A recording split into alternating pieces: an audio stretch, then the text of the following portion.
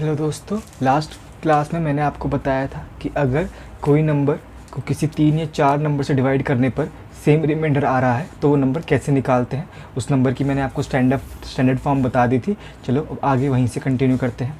Okay, कोशिश तो मेरी यही रहेगी कि आज की क्लास में एलसीएम पूरी तरीके से ख़त्म हो जाए और फिर नेक्स्ट क्लास में हम अपना नया टॉपिक एचसीएफ शुरू करें।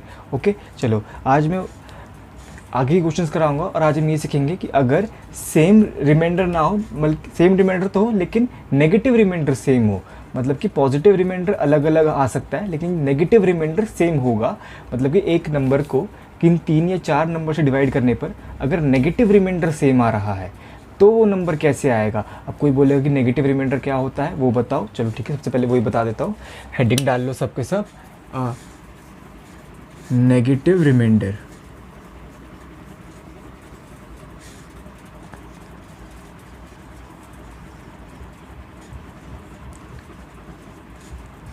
ये नेगेटिव रिमाइंडर। अब देखो, इसको समझने से पहले सबसे पहले तो आपको यही पता होना ही चाहिए कि पॉजिटिव रिमाइंडर क्या होता है। वो तो सबको पता होता है। जैसे कि मैं एक एग्जांपल ले लेता हूँ। जैसे कि अगर मैं 16 को 7 से डिवाइड करूँ तो ये 7 2 ज़ा 14, 2 बार, मतलब कि 7 की 2 में गुना करके 14 टाइम्स ये तो डिवाइड हो जाएगा, लेकिन ये 2 रिमाइंडर बच जाएगा। ओके, देखो ये 2 क्या है, रिमाइंडर। मतलब कि अगर आप 16 को 7 से डिवाइड करोगे तो रिमाइंडर कितना आ रहा है, 2, है ना। लेकिन वो क्या, ये इसका मतलब क्या है ये बताओ मुझे। मतलब ये कहने का मतलब ये है कि अगर हम, जैसे कि मैं बोलूँ मेरे पास 16 टॉफ़ीज़ हैं, मुझे 7 लोगों में बांटनी है। मतलब कि तो इसका अगर इसको हम कैसे करेंगे, 16 को 7 से डिवाइड करेंगे तो ये जो 14 है, मतलब ये कह रहा है कि 16 में से 14 टॉफ़ीज़ तो ऐसी है कि जो हम 7 में बांट देंगे, हर किसी के पास 2-2 टॉफ़ीज़ आ जाएंगी। लेकिन जो 2 टॉफ़ीज़ बच जाएंगी ना, वो नहीं बांट पाएंगे हम। ओके, तो ये ऐसे ही ये रिमाइंडर का मतलब है। ओके, अब देखो मेरा समझाने का मतलब ये है कि नेगेटिव रिमाइंडर क्या होता है। मतलब कि देखो, पॉजिटिव रिमाइंडर तो ये कह रहा है कि ये सिर्फ 2 डिवाइड नहीं हो पाएगा, बाकी 16 में से खाली 2 डिवाइड नहीं हो पाएगा। ओके, मतलब कि इस 16 में 2 ज़्यादा है। ओके, और नेगेटिव 16 में 2 ज़्यादा है इसलिए डिवाइड नहीं हो पा रहा। अगर 2 कम होता यानी कि 14 होता तो पूरा डिवाइड हो जाता। नेगेटिव रिमाइंडर ये कह रहा है कि अगर 16 में कितने की कमी है कि डिवाइड नहीं हो पा रहा। मतलब कि 2 तो ये बता रहा है कि 16 में 2 ज़्यादा है, 7 के एक मल्टीपल 14 से। ओके, अब नेगेटिव रिमाइंडर ये बताएगा कि 16 में कितना कम है। तो आप ये देखो कि लो, जैसे कि ये 16 से जस्ट छोटा 7 का मल्टीपल 14 है। अगर 16 से जस्ट बड़ा 7 का मल्टीपल में देखूँ तो क्या आएगा, तो आएगा देखो 7 दिया होता है 21, है ना, 21। अब अगर मैं 21 को माइनस करूँ 16 में से तो क्या आएगा, देखो माइनस की वैल्यू आएगी। इसका आंसर आएगा, देखो आप करके देख लो, माइनस का 5। ये हो गया नेगेटिव रिमाइंडर। ओके, ये होता है कि मतलब कि 16 में कितने की कमी है। अगर देखो 16 5 कम है 7 के एक मल्टीपल से, ये बताना चाह रहा है नेगेटिव रिमाइंडर। अब देखो, अगर कोई बोले कि जैसे कि चलो मैं 7 के 3 से भी अगला मल्टीपल 4 से करके देखता हूँ, फिर 28 आ जाएगा, फिर ये नेगेटिव रिमाइंडर माइनस का 12 आएगा। जी हाँ, बिल्कुल सही है। ऐसे तो बहुत सारे रिमाइंडर आ जाएंगे कि -5 है, -12 है, -19 है, माइनस का 26 भी आ जाएगा ऐसे। लेकिन मुझे एक बात बताओ, जब पॉजिटिव रिमाइंडर के केस में भी, चलो मैं दूसरा एग्जाम्पल ले लेता हूँ। जैसे कि चलो यही वाला एग्जांपल ले लेते हैं, 16 का ही 7 से डिवाइड करने पे। ऐसे तो रिमाइंडर भी बहुत सारे आते कि 7 को 1 से करके देख लो 7 आ रहा है, फिर माइनस कर लो कितना आ जाएगा, देखो ये 9 आ रहा है। ऐसे अगर मैं 7 का ऐसे 2 में मल्टीपल लूँ तो ये 14, देखो 2 आ रहा है। तो मतलब कि कौन सा सही होगा, 9 और 2 में से बताओ। हमें तो छोटे से छोटे रिमाइंडर तो हमेशा वो होगा ना कि जब छोटे से छोटी वैल्यू हो, हमेशा 7 से छोटी होगी वैल्यू, है ना। ये जो देखो 9 जो है ये 7 से बड़ा है, तो ये केस हमारा गलत हो जाएगा, क्योंकि रिमाइंडर हमेशा जो भी हमारा डिवाइज़र है उससे छोटा होगा ना, जो डिवाइड कर रहा है ना, उससे हमेशा छोटा आएगा। अगर उससे बड़ा आ गया जैसे कि इस केस में 9, तो गलत हो जाएगा। सेम है नेगेटिव रिमाइंडर के केस में भी है। अगर आप जैसे कोई बोले कि चलो मैं 3 की जगह यहाँ पे 4 ले लेता हूँ, और देखो ये 7 चौक हो जाएगा, ये हो जाएगा 28, और फिर ये रिमाइंडर कितना आएगा, नेगेटिव रिमाइंडर, ये आ जाएगा देखो माइनस का 12। तो देखो वैसे तो आप नेगेटिव साइन को मत देखो अभी थोड़ी देर के लिए, क्योंकि नेगेटिव रिमाइंडर में माइनस का साइन तो होगा ही, है ना। आप खाली 12 को देखो, 12 जो है वो 7 से बड़ा है, तो इसका मतलब ये रिमाइंडर हमारा गलत है। हमें सबसे छोटा रिमाइंडर लेना है, जो कि क्या आएगा, जो कि आएगा 7 के 3 में भाग मल्टीप्लाई करके ऐसे 7 या 21, और ये कितना आएगा, ये आएगा माइनस का 5। ऐसे ये हो गया हमारा नेगेटिव रिमाइंडर। ओके चलो अब देखो, जैसे कि मैंने आपको ये 2 रिमाइंडर्स निकाल के दिखा दिए एक ही केस के, एक पॉजिटिव है एक नेगेटिव है। हालांकि देखो जो पॉजिटिव रिमाइंडर और नेगेटिव रिमाइंडर के बीच में ये रिश्ता होता है, अगर आप इस माइनस साइन को हटाओ और आप 5 और 2 को जोड़ कर देखो तो हमेशा ये जो डिवाइज़र है जिससे डिवाइड कर रहे हैं उसकी वैल्यू आ जाएगी। ओके ये हमेशा होगा। चलो एक एग्जाम्पल देख लिया, अब मैं ये पूरा से डिवाइड का साइन बनाकर नहीं दिखाऊंगा, अब आप डायरेक्ट देखना। ओके चलो एक अभी के लिए मैं इसको रब कर देता हूँ।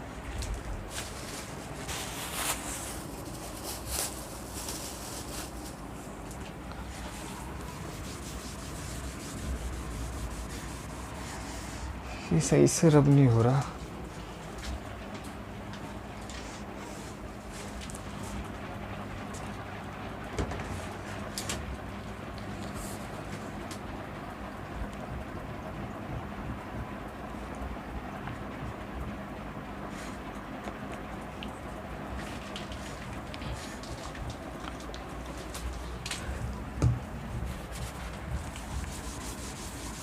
ओके चलो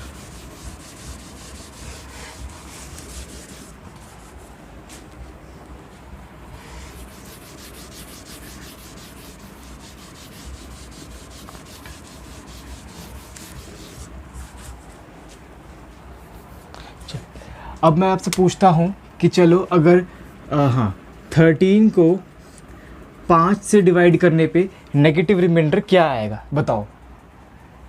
चलो वैसे तो अगर किसी को नेगेटिव रिमाइंडर निकालना नहीं आ रहा तो सिंपल है, अगर आप देखो तो पॉजिटिव रिमाइंडर क्या आ रहा है, पॉजिटिव रिमाइंडर आ रहा है 3, है ना। देखो 5 दूनी 10 होता है, 3 बच जाएगा, तो जो रिमाइंडर आया मैं यहाँ लिख देता हूँ, हमें फाइंड करना है रिमाइंडर। ओके देखो 13 को 5 से भाग करके 10 तो पूरी तरीके से भाग हो जाएगा, 5 दूनी 10 होता है ना, 3 नहीं हो पाएगा, तो 3 आ जाएगा रिमाइंडर। अब बस अगर आपको नेगेटिव रिमाइंडर फाइंड करना है तो देखो 5 में से 3 माइनस कर लो, और जो नेगेटिव रिमाइंडर है उस पर तो माइनस का साइन होता ही है, तो आ गया माइनस का 2। या फिर आप ये देख लो 3 में से 5 माइनस कर लो, माइनस का 2 आ गया। ये हो गया चलो जुगाड़बाजी। लेकिन जो एक्चुअली नेगेटिव रिमाइंडर कैसे आएगा वो देखो, 13 से जस्ट अगला नंबर जो 5 का मल्टीपल हो वो क्या आएगा, वो होगा 15। अब देखो 15 माइनस 13 का 13 माइनस 15 होगा तो आएगा माइनस का 2। ओके और देखो ये हमेशा 3 + 2 हमेशा जो हमारा डिवाइज़र है उसके इक्वल आएगा। ओके चलो एक बार और देख लेते हैं।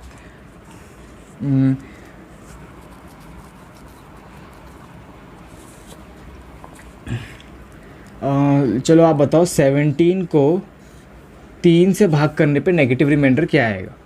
ओके हर कोई बोल देगा देखो 17 से जस्ट अगला 3 का मल्टीपल होता है 18, तो देखो माइनस का 1 आ गया, क्योंकि 17 माइनस 18 करोगे तो -1 आ जाएगा। अगर आप देखो आपको पॉजिटिव रिमाइंडर निकालना है तो देखो 3 में से 1 घटा दो, कितना आएगा 2 आएगा। या फिर आप देख लो 3 पंजे 15 होता है, 17 में से 15 गए, कितना आ रहा है, ये देखो पॉजिटिव रिमाइंडर 2 आ रहा है। ओके बस ऐसे ही चलो एक अगला एग्जाम्पल ले लेते हैं।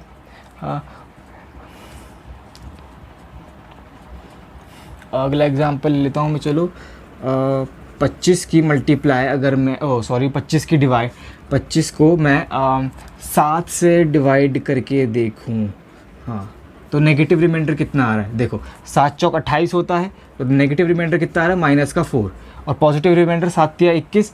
ये देखो 25 में से 21 माइनस कर लेंगे, 28 में से 25 माइनस करेंगे तो -3 आएगा। 28 में से 25 माइनस करेंगे, 25 में से 28 माइनस करेंगे तो -3 आ जाएगा। और देखो 7 या 21, तो पॉजिटिव रिमाइंडर कितना आ रहा है, ये आ रहा है +4। ओके देखो ये बाकी सारे सही हैं। देखो 3 पंजे 15 होता है तो 2 रिमाइंडर, 3 6 18 -1, हाँ बाकी सारे सही हैं, बस यहाँ एक थोड़ी सी गलती होगी मुझसे। चलो देख लो एक बार। बाकी चलो ये तो आपको एग्ज़ाम में ऐसे ही निकालने, बाकी आप इसे कंसेप्ट तो समझ गए ना, जो मैंने ऐसे डिवाइड करके बताया था, कि जैसे कि एक बार फिर से बता देता हूँ चलो आपकी तसल्ली के लिए। अब की बार दूसरा एग्जांपल ले लेते हैं, चलो इन्हीं में से कोई उठा लेते हैं। ये 17 और 3 का उठा लेता हूँ मैं ये देखो 17 को मैं 3 से डिवाइड करके देख रहा हूँ।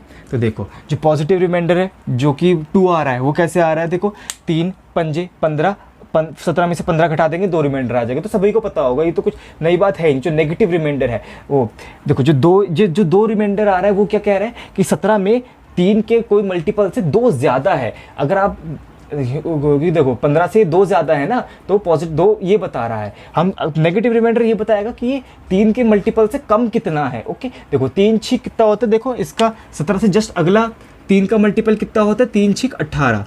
अब देखो अगर आप देखो ये माइनस का साइन ही आता है ना डिवाइड में, तो देखो -18 के पास है, बड़े नंबर के पास है। तो देखो अगर आप 17 में से 18 घटाओगे तो -1 ही आएगा। तो ये नेगेटिव रिमाइंडर ये बता रहा है कि ये जो 17 है ये 3 के मल्टीपल से कम कितना है। ये 17 जो है एक कम है, इसलिए डिवाइड नहीं हो पा रहा। तो नेगेटिव रिमाइंडर ये कहता है। हालांकि अब देखो अब इस पे क्वेश्चंस कैसे कैसे बनेंगे वो देखते हैं। चलो एक बार आप देख लो, समझ में आ गया होगा। मैं एक बार फिर से एक्सप्लेन कर देता हूँ। जैसे कि 13 को 5 से भाग करेंगे, वही पॉजिटिव रिमाइंडर तो हर कोई निकाल लेगा। ऐसे या 5 लिख दो 13 लिख दो, 5 दूनी 10 होता है, यहाँ 3 आ जाएगा। देखो 3 रिमाइंडर आ गया। अब देखो अगर आप नेगेटिव रिमाइंडर निकालना चाहते हो तो देखो 13 आएगा, 5 से भाग करना है। 13 से जस्ट अगला 5 का मल्टीपल कितना होगा, 5 या 15।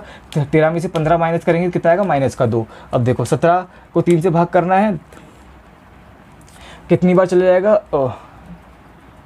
कितनी बार चले जाएगा, देखो 3 पंजे 15, 17 में से 15 तो डिवाइड हो जाएगा, 2 बच जाएगा, 2 पॉजिटिव रिमाइंडर हो गया। लेकिन अगर 17 से जस्ट अगला 3 का मल्टीपल देखना चाहो तो कितना होगा, 18। 17 में से 18 माइनस करोगे तो कितना आएगा, -1। ओके अब 25 को 7 से भाग करोगे तो वही 7 या 21, 25 में से 21 माइनस करोगे 4 बच जाएगा, 7 चौक 28। अगला मल्टीपल वो 25 में से 28 माइनस करोगे -3 आएगा। अब वो ये भी कह सकता है कि जो ऐसे तो माइनस के जो नेगेटिव रिमाइंडर होता है वो तो और भी आ सकता है, जैसे कि इस केस में देख लो। और मतलब कि ज़रूरी थोड़ी कि -1 आए, या -4 भी आ सकता है। अगर मैं 6 की जगह यहाँ 7 ले लूँ तो क्या आएगा, देखो 7 या 21, 17 में से 21 माइनस करेंगे तो देखो -4 आ जाएगा। लेकिन हमें रिमाइंडर हमेशा छोटे से छोटा लेना होता है, क्योंकि कभी भी जैसे कि नेगेटिव रिमाइंडर माइनस का साइन तो होगा ही, लेकिन जो रिमाइंडर होगा वो कभी भी डिवाइज़र, मतलब कि जो डिवाइज़र है जो यहाँ इस केस में 3 है, इससे बड़ा नहीं आ सकता। चाहे तो आप पॉजिटिव के केस में ही देख सकते हो कि जैसे कि वो वैसे तो आंसर यहाँ 3 पंजे 15 से जा रहा है, लेकिन अगर आप 4 से मल्टीप्लाई करोगे, 3 चौक 12, मैं करके बताया तो, जो मैंने पहले भी बता चुका हूँ मैं। एक्चुअल में मतलब कि जो पॉजिटिव का केस था वो ये ना कि 3 पंजे 15, यहाँ 15 आ जाएगा, 2 आ जाएगा। लेकिन अगर मैं जो रिमाइंडर और भी आ सकता है वो क्या होगा, देखो 3 चौक 12 और ये देखो कितना बच गया, ये बच गया देखो 5। देखिए लेकिन ये रिमाइंडर हमारा गलत है, क्योंकि आप ये ऐसा नहीं एक्चुअल में आंसर है। क्योंकि देखो 5 में भी अभी भी 3 है जो डिवाइड हो सकता है, तो सही में तो रिमाइंडर 2 ही आएगा, क्योंकि हमें छोटे से छोटा लेना पड़ता है। रिमाइंडर कभी भी डिवाइज़र से ज़्यादा नहीं हो सकता। 5 3 से ज़्यादा है, इसलिए ये हमारा गलत हो जाएगा। इसलिए हमें हमेशा छोटे से छोटा लेना पड़ता है, चाहे पॉजिटिव हो या नेगेटिव हो, पॉजिटिव हो या नेगेटिव हो, हमेशा जो भी डिवाइज़र है उससे छोटा। यह 3 और 2, 5 से 3 और -2 है वैसे तो, लेकिन जो नेगेटिव रिमाइंडर है उसमें तो माइनस आएगा ही। ओके देखो ये जो भी है ये छोटा होगा 5 से, ये 1 और 2 है 3 से छोटे, 3 और 4 7 से छोटे, और इनका अगर -2 है वैसे तो -1 -3। और अगर आप इनको आप ऐड कर दो पॉजिटिव और नेगेटिव रिमाइंडर को, तो हमेशा जो डिवाइज़र है वो आ जाएगा, जो 3 + 2 5, 1 + 2 3, 3 + 4 7। ओके चलो देख लो एक बार।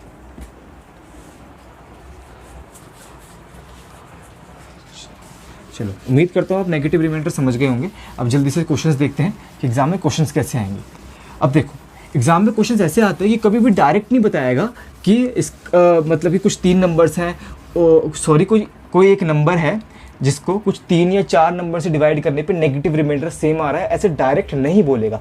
आपको चेक करना, वो रिमाइंडर्स दे देगा कि ये रिमाइंडर आ रहे हैं, आपको चेक करना पड़ेगा कि इनका नेगेटिव रिमाइंडर सेम है या नहीं। अगर सेम है तो फॉर्मूला लग जाएगा, जो मैं भी आपको बताऊंगा। अगर नहीं है तो वैसे क्वेश्चंस भी एग्जाम में आते हैं जब ना तो पॉजिटिव रिमाइंडर सेम हो ना नेगेटिव रिमाइंडर सेम हो, फिर वो हम करेंगे हिट एंड ट्रायल से। वैसे भी क्वेश्चंस करा दूंगा, आज सारे टाइप के क्वेश्चंस हो जाएंगे। ओके आप बस पेशेंस मार के देखते रहना। ओके चलो अभी हाल फिलहाल अभी ये देख लो कि अगर नेगेटिव रिमाइंडर सेम हो। ओके चलो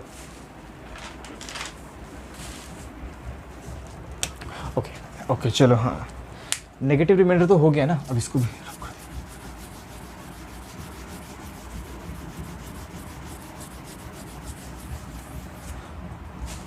ओके चलो लिखो।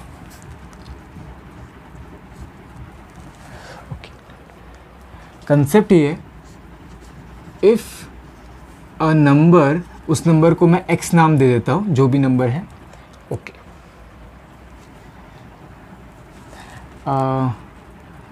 लीव्स रिमाइंडर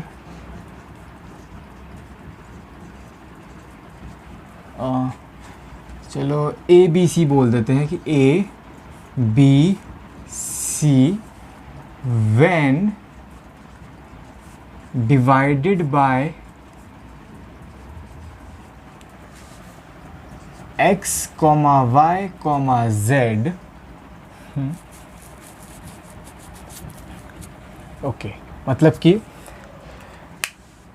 एक नंबर x है, उसको अगर x, y, z से अब डिवाइड करो तो x से जब डिवाइड करते हैं तो रिमाइंडर a आता है, y से डिवाइड करोगे तो रिमाइंडर b आता है, और अगर z से डिवाइड करोगे तो रिमाइंडर c। वो शायद मैं फिर से बताता हूँ, x से डिवाइड करने पर a रिमाइंडर आता है, b से डिवाइड करने पे y से डिवाइड करने पे b रिमाइंडर आता है, z से डिवाइड करने पर c रिमाइंडर आता है। अब देखो, लेकिन जो x a, y b और z c के बीच में सेम रिलेशन होगा। मतलब कि जैसे कि बताता हूँ, मतलब कि यहाँ पे नोट करके लिख लो ऐसे कि जो x माइनस a है वो बराबर होगा y माइनस b के, वो बराबर होगा z माइनस c के। ये नेगेटिव रिमाइंडर का ही केस है। अभी आपको समझ में नहीं आ रहा होगा, पता है, जब मैं एग्जांपल लूँगा ना तब आपको समझ में आ जाएगा। अभी आप पेशेंस रख के थोड़ा देखते रहो, ओके। अब वो नंबर कैसे निकालेंगे, x, उसकी वैल्यू, मैं इसको पहले ऐसे इसमें बंद कर देता हूँ, ओके जी। x की वैल्यू, ये x, सॉरी मुझे ये स्टार मार्क लग रहा है, ओके जी। जो x की वैल्यू आएगी, हाँ ओके सॉरी, जो भी मतलब कि इनको माइनस करके आएगा ना,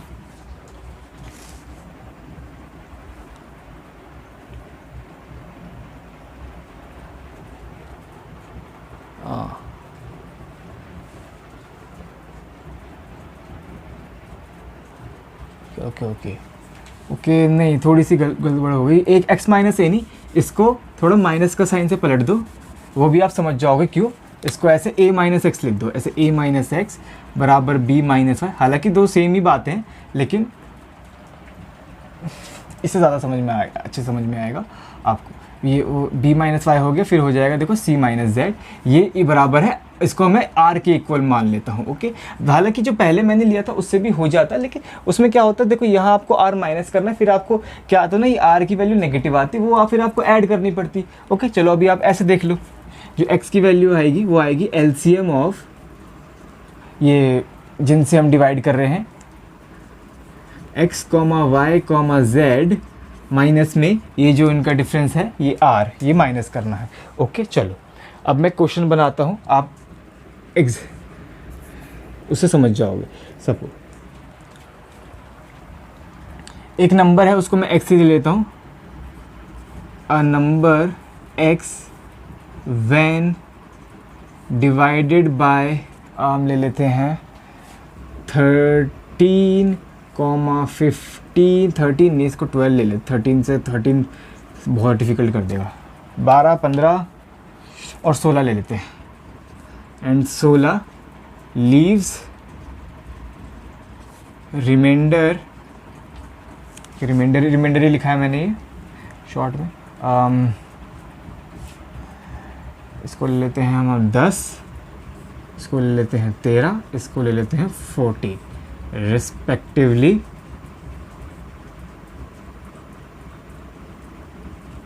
ओके चलो, हाँ फाइंड x की वैल्यू बताओ। मतलब कि देखो x वो नंबर है जिसको आप 15 से डिवाइड कर लो, 12 से डिवाइड कर लो, 15 से डिवाइड कर लो, 16 से डिवाइड कर लो। रिमाइंडर कितना आ रहा है, 10 आ रहा है, 13 आ रहा है, 14 आ रहा है। अब देखो 12 से डिवाइड करने पे 10 रिमाइंडर आ रहा है, 15 से डिवाइड करने पे 13 रिमाइंडर आ रहा है, 16 से डिवाइड करने पे 14 रिमाइंडर आ रहा है, ओके।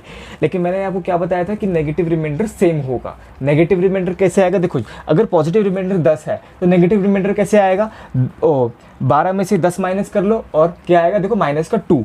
इस मतलब कि कोई किसी नंबर को 12 से डिवाइड करने पे अगर 10 रिमाइंडर आ रहा है तो नेगेटिव रिमाइंडर कितना आएगा, माइनस का 2। अब देखो किसी नंबर को, ये जो नंबर x है, 15 से डिवाइड करने पे 13 रिमाइंडर आ रहा है तो नेगेटिव रिमाइंडर क्या आएगा, देखो 15 में से 13 को माइनस कर लो, क्या होता है, या फिर 13 में से 15 को माइनस कर लो, माइनस का 2। ओके, देखो 16 से डिवाइड, x को 16 से डिवाइड करने पे 14 रिमाइंडर आ रहा है, तो नेगेटिव रिमाइंडर कितना आएगा, माइनस का 2। मतलब कि ये देखो 12 माइनस 10, 15 माइनस 13 और 16 माइनस 14 दोनों बराबर हैं, मतलब या फिर देख हाँ 2 के, लेकिन आप ये देखो 10 माइनस 12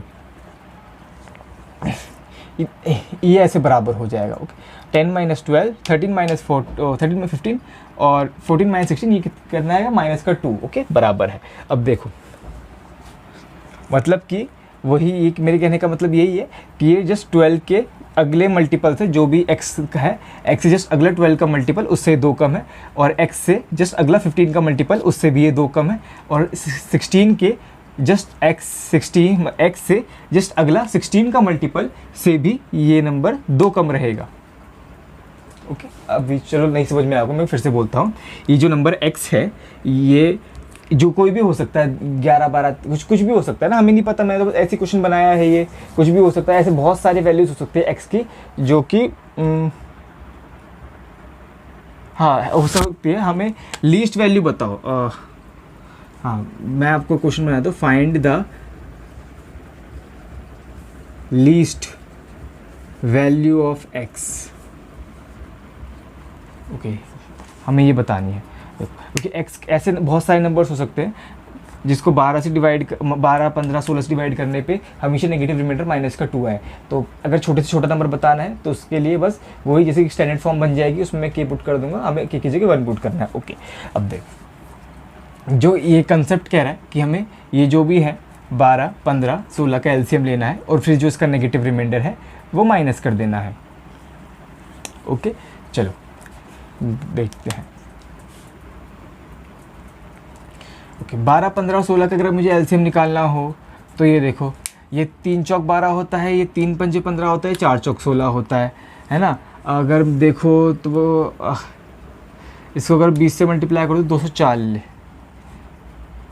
हाँ 240 आ गया एलसीएम। क्योंकि देखो इसमें 3 4 है, इसमें 5 है जो इसके पास नहीं है, और इसमें 2 4 है, इसमें 1 4 है, तो बस 5 और 4 इसके पास नहीं है, तो अब 5 चौक 20 से इसकी मल्टीप्लाई कर दो तो एलसीएम कितना आ गया, एलसीएम आ गया 240। ओके, अब देखो जो x की स्टैंडर्ड फॉर्म होगी, मतलब कि यहाँ मैं बताना भूल गया कि इनटू में k, ये स्टैंडर्ड फॉर्म है। k की जगह 1 पुट कर सकते हो, 2 पुट कर सकते हो, 3 पुट कर सकते हो, 4 पुट कर सकते हो, है ना। अगर सबसे छोटा नंबर बोला है तो 1 से आएगा, दूसरा नंबर बोला है तो k की जगह 2 पुट कर दो, और अगर मतलब कि जो सबसे छोटा नंबर आएगा जब k की जगह 1 पुट करोगे, और दूसरा बड़ा नंबर ऐसे आएगा जब k की जगह आप 2 पुट कर दोगे। ऐसे तो ज़रूरी थोड़ी है वो सबसे छोटा नंबर ही पूछे, ऐसे ही पूछ सकता है कि 300 से बड़ा नंबर बताओ, या फिर ऐसा नंबर जो कि 5 डिजिट का सबसे छोटा हो, ऐसे पूछ सकता है। तो आपको इसी स्टैंडर्ड फॉर्म से बनाने पड़ेंगे। ओके, चलो देखो एलसीएम आ गया इसका 240। अब देखो इसी के में मल्टीप्लाई करेंगे और फिर कितना है जो नेगेटिव रिमाइंडर है वो माइनस कर देंगे। देखो माइनस का 2। ओके, अब देखो अगर आपको सबसे छोटा नंबर पूछा है अभी तो मैं के की जगह 1 पुट कर दूंगा, तो के की जगह 1 पुट करूँगा तो कितना आएगा, देखो 240 आएगा। 240 में से 2 माइनस कर देंगे तो कितना आ गया 238। अब देखो अब इस 238 को 12 से डिवाइड करके देखते हैं कितना आ रहा है। देखो 12 एकम 12, कितना बच रहा है 11, 118 बन रहा है। और देखो 11 में 108, 118 को अगर आप 108 से डिवाइड करोगे तो 10 आ रहा है। देखो सेटिस्फाई कर रहा है। इसको 15 से डिवाइड करके देखते हैं, 15 एकम 15 कितना बच रहा है, 8 बच रहा है, 88 बच रहा है। तो और कितना होता है, 88 होता है ना, 15 6 90 होता है, तो 15 पंजे 75, तो ये कितना बन जाएगा, 88 में से 75 गए तो 13 बच रहा है। हाँ 13 बच रहा है। देखो ओके 16 से डिवाइड करके देखते हैं, 16 एकम 16, 16 एकम 16 तो कितना बच जाएगा 4, 78 बच रहा है ना। 16 पंजे 80 होता है, लेकिन 16 चौके 64, 78 में से 64 घटाओगे तो कितना बच रहा है 14 बच रहा है। देखो यहाँ से भी सेटिस्फाई कर रहा है कि अगर 12 से डिवाइड कर लो, 15 से डिवाइड कर लो, 16 से डिवाइड कर लो इस नंबर को, तो रिमाइंडर 12 से डिवाइड करने पे 10 आ रहा है, 15 से डिवाइड करने पे 13 आ रहा है, 16 से डिवाइड करने पे 14 आ रहा है। ओके सेटिस्फाई करके अब चलो अगला नंबर फाइंड करते हैं। अगला नंबर कैसे आएगा, बस इसके एक की जगह आप 2 पुट कर दो तो कितना आ जाएगा। देखो 2 से 240 की 2 से मल्टीप्लाई करो कितना आएगा 480, 480 में से 2 माइनस कर दो कितना आ जाएगा, देखो आ जाएगा 478। अब इसको वेरीफाई करा के दिखा देता हूँ मैं आपको। अब देखो 478 को आप 12 से डिवाइड करके देख लो कितना आ रहा है। देखो 12 चौक 48 होता है, 47 से नहीं जाएगा, 12 36 होता है, 36 होता है तो 11 बार चल जाएगा, 118 आ गया, 118 आ गया मतलब कि देखो 12 3 36 होता है, 47 के 36 में माइनस करोगे 111 आ जाएगा, फिर ये 8 उतारोगे तो 118 हो गया, फिर 12 में 108 होता है, 118 में से 108 माइनस करोगे कितना आ गया, देखो 10 रिमाइंडर आ रहा है। 15 से डिवाइड करके देख लो, 15 15 3 45 2 28 है ना, 28 बच रहा है, 15 एकम 15, 28 में से 15 घटाओगे 15 तो कितना बच रहा है, देखो 113 ही बच रहा है, देखो 13 रिमाइंडर आ रहा है। 16 से देख लो, 16 3 48 होता है, नहीं जा रहा, 16 दूनी 32 होता है, कितना बच गया, देखो ये बच गया 15, 158 हो गया है ना। अब देखो 16 निम्न में होता है 144, 158 को 144 से 158 को 144 से माइनस करोगे तो कितना आ जाएगा, ये आ जाएगा 158 को 144 में से, हाँ 14 आ रहा है, हाँ 14 ही आ रहा है, देख लो। ऐसे ही देखो, ऐसे ही चलते जाएंगे ये नंबर्स। अगर आपको अगला नंबर चाहिए तो देखो 3 से मल्टीप्लाई कर दो तो हाँ, तो 3 से मल्टीप्लाई करोगे तो कितना देखो आ रहा है 720, 720 में से 2 माइनस कर दोगे तो कितना आ रहा है 718। ओके हाँ 3 हाँ 7 ये 718 आ रहा है। ऐसे ही ये नंबर चलते जाएंगे। वैसे तो मैंने क्वेश्चन में लीस्ट वैल्यू ऑफ एक्स बोल दिया था, तो लीस्ट वैल्यू ऑफ एक्स तो यही है, क्योंकि एक्स की स्टैंडर्ड फॉर्म तो ये रही ना, और ये सारे वैसे एक्स के ही मान हैं, ये सारे एक्स के ही मान है। अगर आप लीस्ट वैल्यू हो तो ये रही। ओके चलो, और ऐसे ही चलता जाएगा। अब वो डिपेंड करता है ना कि एग्जामिनर ने क्वेश्चन कैसे बनाया। उसने 5 डिजिट का नंबर पूछा है तो आप ऐसे आगे चलते जाओगे तो एक 5 डिजिट का नंबर भी आ जाएगा। सबसे छोटे से छोटा पूछा है तो वो ऐसे भी चलते जाएंगे तो सबसे बड़े से बड़ा नंबर भी आएगा, वो भी आ सकता है। अगर ऐसा भी हो सकता है कोई एक नंबर ऐसा हो जाए कि परफेक्ट स्क्वायर नंबर आए तो वो भी चेक करना पड़ सकता है आपको। लेकिन हाल के लिए वैसे बहुत डिफिकल्ट हो जाएगा कि परफेक्ट स्क्वायर नंबर चेक करना। ऐसे क्वेश्चन नहीं आएंगे एग्जाम में, वैसे तो आने नहीं चाहिए, वरना कोई हिंट दे सकता है वो कि ओके चलो एक बार मैं फिर से इसको रिवाइज करा देता हूँ। मैंने आपको क्या बताया कि अगर किसी नंबर को किसी 3 या 4 कुछ कितने भी नंबर हो सकते हैं उनसे डिवाइड करने पे उनका नेगेटिव रिमाइंडर सेम है। देखो आप चाहो तो जो मैंने आपको पहले बताया कि x माइनस ए वाई माइनस बी है ना, और z माइनस सी, और इस क्वेश्चन में मैंने क्या करा, इस क्वेश्चन में देखो मैंने ये हाँ देखो अगर मैं यही करता कि 10 माइनस 12 13 माइनस 15 तो कितना आता माइनस का 2। अगर आप देखो ये जो माइनस आर है, ये जो माइनस का फॉर्मूला और इसमें माइनस का 2 पुट कर दे तो कितना हो जाता प्लस। तो बस वही है कि प्लस, देखो प्लस हम पहले वाले में करते थे जब पॉजिटिव रिमाइंडर सेम आता था और नेगेटिव रिमाइंडर के सेम आते पे माइनस करते। बस आप इतना याद कर लो, इसकी तो खैर ज़रूरत ही नहीं है। बस आप ये देखो कि अगर नेगेटिव रिमाइंडर सेम आ रहा है तो जो भी सेम आ रहा है उसको हमें माइनस करना है। ओके बस देख लो। ओके चलो अब मैं फिर से एक बार रिवाइज करा देता हूँ। जैसे कोई भी नंबर एक एक्स है, उसको कुछ नंबर से डिवाइड करने पे कुछ रिमाइंडर्स आ रहे हैं, रिमाइंडर सारे अलग अलग है। लेकिन अगर हम नेगेटिव रिमाइंडर निकाले जो क्या आएगा, बस डिवाइजर में से पॉजिटिव रिमाइंडर्स माइनस कर दो, है ना। अगर उनकी वैल्यू सेम है तो मतलब कि ये है कि नेगेटिव रिमाइंडर्स इक्वल है। अगर नेगेटिव रिमाइंडर्स इक्वल हैं तो जो नंबर है उसकी स्टैंडर्ड फॉर्म ये आ जाएगी कि जो जिससे भी सॉरी ये तो रिमाइंडर थे यार, मैं क्या अरे मैंने क्वेश्चंस में पहले ये बोल दिया ना, ये रिमाइंडर्स था, सॉरी।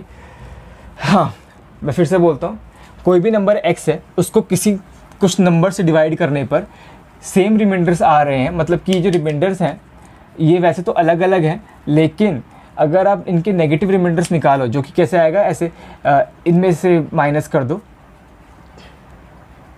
जैसे कि a माइनस एक्स हो गया, b माइनस वाई हो गया, c माइनस जेड हो गया, तो जो वैल्यू आ रही है जो नेगेटिव रिमाइंडर है वो सेम है। ओके चलो अगर x से नेगेटिव रिमाइंडर सेम है तो उस नंबर x की स्टैंडर्ड फॉर्म क्या होगी, बस जिससे भी हम डिवाइड कर रहे हैं उनका एलसीएम ले लो, उसके कांस्टेंट में मल्टीप्लाई कर दो। ये कांस्टेंट क्या हो सकता है 1 2 3 4 कुछ भी हो सकता है, और उसमें से जो नेगेटिव रिमाइंडर है वो माइनस कर दो। ओके अब देखो जैसे कि मैंने एग्जाम्पल लिया, मैंने एक नंबर x बोला जिसको 12 15 16 से डिवाइड करने पर जो रिमाइंडर्स हैं वो सेम अलग अलग हैं, लेकिन उसका नेगेटिव रिमाइंडर सेम है। जैसे कि रिमाइंडर है 10 13 14।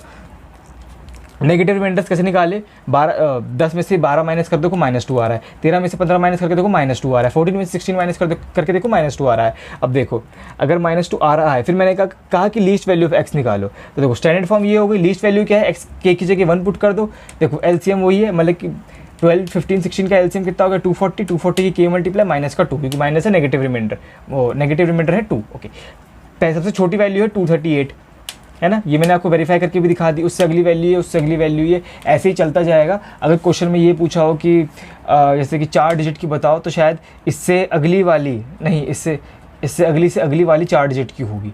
ओके, वो कैसे आएगी, के की जगह आप 5 पुट कर लो तो वो कितना आएगा देखो, ये होगा 1200, 1200 में से 2 माइनस कर लेंगे तो कितना आ जाएगा 1198 होगी 4 डिजिट की सबसे छोटी वैल्यू इसकी। ओके, चलो आगे चलते हैं।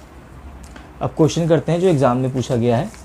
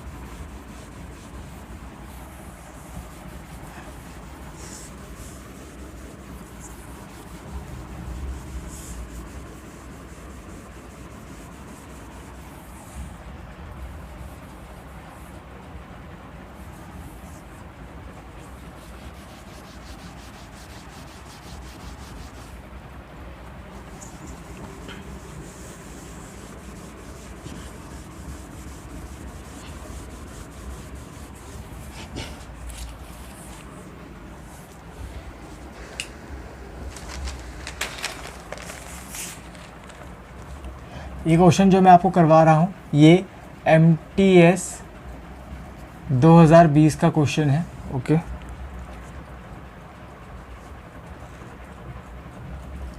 Okay, the least number question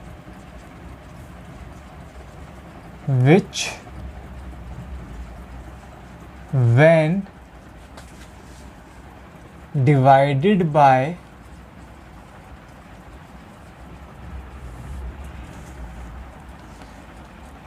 15, 25, 35, 40 leaves remainder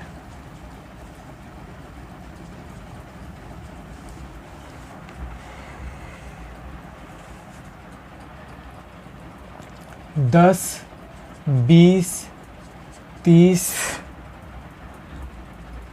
35 respectively।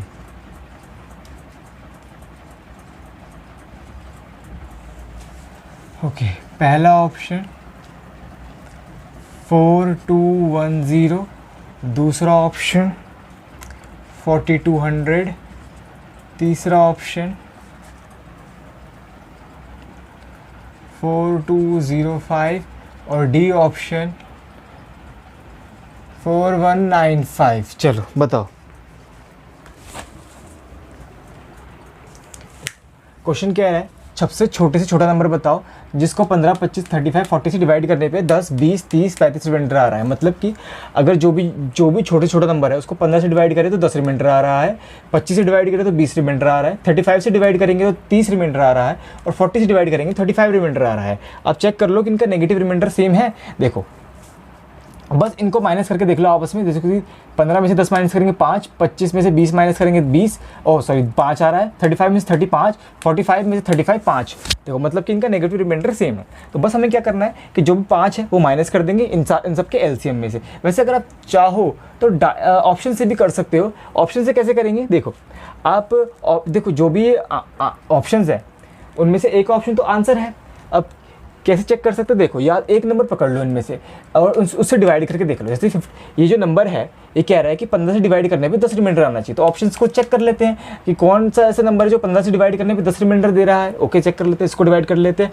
15 दूनी 30, 120, 21 बच गया। तो 15 8 120। हाँ देखो ये 10 रिमाइंडर दे रहा है। ये देखो 15 दूनी 30 है, 42 में से 30 घटाएंगे तो 12 आ जाएगा। 1 उतार लेंगे, 1 2 1 हो गया। 15 8 120 होता है, 1 2 1 121 में से 120 घटा देंगे तो 1 बच गया और ये 0 उतार लेंगे, 10 रिमाइंडर आ रहा है। तो ये सेटिस्फाई कर रहा है। ये तो 15 से कम्प्लीटली डिवाइड हो रहा है कि देखो 42 में 3 है और 100 में 5 है, तो ये कम्प्लीटली डिवाइड हो जाएगा। इसका मतलब ये हमारा आंसर नहीं हो सकता। ये वैसे तो पूरा, चलो पूरा काट देता हूँ। इसको चेक करते हैं। 15 दूनी 30 होता है, 12 बच रहा है, 15 अट्ठे 120, 5 रिमाइंडर आ रहा है, 10 नहीं आ रहा, तो ये ऑप्शन भी हमारा आंसर नहीं हो सकता। ओके चलो हाँ, इसको चेक कर लेते हैं। 15 दूनी 30, 11 मतलब 11 बच गया, 119 उतार लिया। ओके 15 सत्ते कितना होता है 105, तो कितना बच जाएगा ये 14 बच जाए। 15 सत्ते कितना होता है 105, 14 बच जाएगा 145। 145 हाँ 145 को 15 से डिवाइड कर लेंगे तो 15 निम्न 135। हाँ इससे भी 10 रिमाइंडर बच रहा है। हाँ 10 रिमाइंडर इससे भी बच रहा है, इससे भी बच रहा है, तो दो ऑप्शन से फंस गए। तो एक काम करते हैं, अब 25 से तो देखो 35 से डिवाइड करना डिफिकल्ट हो जाएगा। 25 से आसान है, लेकिन 25 से भी एक आसान नंबर है जो 15 से भी आसान है, 40 दिख रहा है हमें। 40 से डिवाइड करना बहुत आसान है, और 40 से डिवाइड करके क्या आना चाहिए 35 रिमाइंडर आना चाहिए। 40 से डिवाइड करके देख लेते हैं इन दोनों को, अगर 35 रिमाइंडर जिसमें आ रहा है वो आंसर हो जाएगा। अगर इसमें भी 35 रिमाइंडर आ गया तो हमें और चेक, मतलब कि इन दोनों में ही 35 रिमाइंडर आ गया तो हमें फिर इन दोनों से चेक करना पड़ेगा। अगर फिर 40 के बाद मैं 25 से चेक करूँगा। ओके पहले 40 से चेक करते हैं। देखो 41 से 40, वो 42 में से 40 माइनस कर देंगे, 2 बच जाएगा। 21 उतार लेंगे,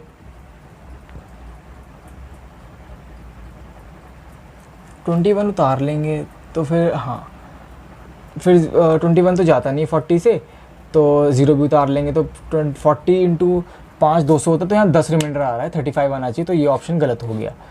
हाँ तो मतलब कि ये आंसर हो गया। एक बार इसको भी चेक कर लेते हैं। देखो 41 से 40 हो गया, 41 में से 40 माइनस करेंगे, 1 उतर जाएगा 1, और फिर 9 भी उतार लेंगे। फिर क्या क्योंकि 19 डिवाइड नहीं होता तो 5 भी उतार लेंगे। ओके तो 195 को 40 से डिवाइड करके देखते हैं तो कितना आता है, 4 चौक 16। हाँ तो 40 की 4 में तो 160 आएगा। 195 को 160 में से माइनस करेंगे 35 आ रहा है। जी हाँ यही ऑप्शन आंसर हो गया। ओके चलो यही ऑप्शन हमारा आंसर हो गया, चेक कर लो। वैसे तो अगर मैं 15 की जगह 40 से चेक कर लेता ज़्यादा इजी होता, क्योंकि ये दोनों ऑप्शन मैंने 15 से हटाए। अगर मैं इनको 40 से चेक करूँ, 40 से डिवाइड करने पे 35 रिमाइंडर आना चाहिए। ओके चेक कर लेते हैं। ये नंबर 40 से कम्प्लीटली डिवाइड हो रहा है, कोई रिमाइंडर 0 आ रहा है, 35 नहीं आ रहा, तो ये ऑप्शन हट जाता। यदि इसको चेक करते तो 41 से 40 20 बचता। हाँ इससे भी रिमाइंडर 5 आ रहा है, ये भी हट जाता। 40 से चेक करना ज़्यादा आसान था। ओके कोई नहीं, मेरी थोड़ी सी गलती होगी, मैंने 50 से चेक कर लिया। चलो ये हो गया ऑप्शन से। अब करते हैं इसका बेसिक तरीका, सॉल्व करते हैं। मतलब कि इनका एलसीएम उसकी के में मल्टीप्लाई, क्योंकि लीस्ट नंबर है तो के की वैल्यू होगी 1, उसमें जो भी नेगेटिव रिमाइंडर है 5 चल रहा है वो 5 माइनस कर देंगे। ओके चलो इसका एलसीएम निकालते हैं। देखो सबसे बड़ा नंबर पकड़ लिया 40 है, इसमें 7 है। ये देखो 8 पंजे 40 होता है, और 35 मतलब कि 5 सत्ते 5 दोनों में है, खाली इसमें 7 नहीं, इसके साथ में मल्टीप्लाई कर देंगे। इसमें 5 2 बार है, इसमें 5 1 बार है, तो मतलब कि इसकी 5 में और मल्टीप्लाई कर देंगे। और इसमें 3 होते हैं 5, तो इसके 3 में मल्टीप्लाई कर देंगे। मतलब कि 7 पंजे 35 और 7 पंजे 35 और 3 कितना होता है 7, 5 और 3 में मल्टीप्लाई करनी है इस 40 की, तो हमारा एलसीएम आ जाएगा। ओके तो पहले इसकी 5 से मल्टीप्लाई कर लेते हैं 200 आ गया। 7 से मल्टीप्लाई कर लेते हैं 1400 आ गया। फिर 3 से मल्टीप्लाई कर लेते हैं तो कितना 5 से मल्टीप्लाई कर लिए 200, हाँ फिर आ गया 4200। ये आ गया हमारा एलसीएम 4200। अब 42 मतलब कि जो भी लीस्ट नंबर, ये तो एलसीएम है, जो भी लीस्ट नंबर आएगा वो मतलब कि जो उसकी स्टैंडर्ड फॉर्म होगी वो क्या होगा, इनटू में के और माइनस का जो नेगेटिव रिमाइंडर चल रहा है, जो क्या चल रहा है 5 चल रहा है, 5 माइनस कर देंगे। ओके लेकिन हमें लीस्ट नंबर चाहिए तो के की वैल्यू होगी 1, तो बस हम इसमें से खाली 5 माइनस कर देंगे। 4200 में से 5 माइनस करोगे तो कितना आएगा, देखो 4195 ही आएगा। देखो 4200 से बड़ा नहीं हो सकता, 4200 नहीं हो सकता, ये बड़ा हो गया, खाली ये आंसर बच जाएगा। कैसे आया, ऐसे आगे, चलो देख लो एक बार।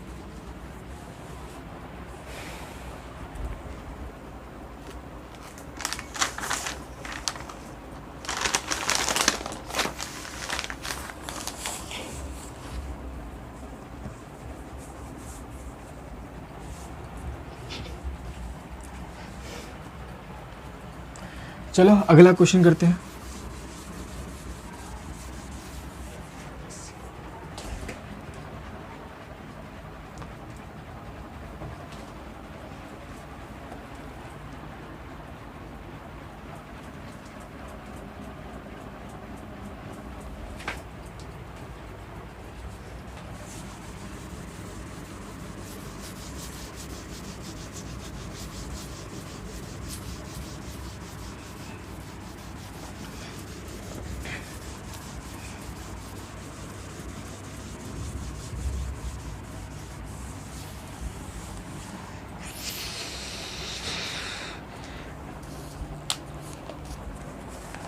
ओके, क्वेश्चन लिखो, let x be the number between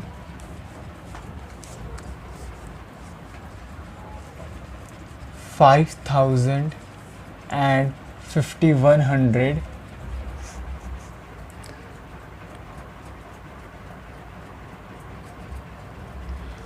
okay, such that when x is divided by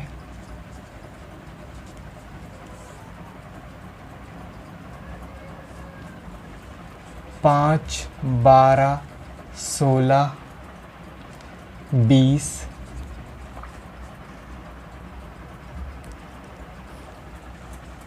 the remainder is 1, 8, 12, 16. Okay, respectively.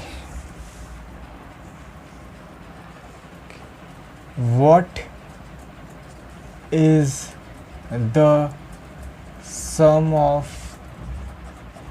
digits of x? चलो बताओ। पहला ऑप्शन 15, दूसरा ऑप्शन 14, तीसरा ऑप्शन 16 और डी ऑप्शन 19।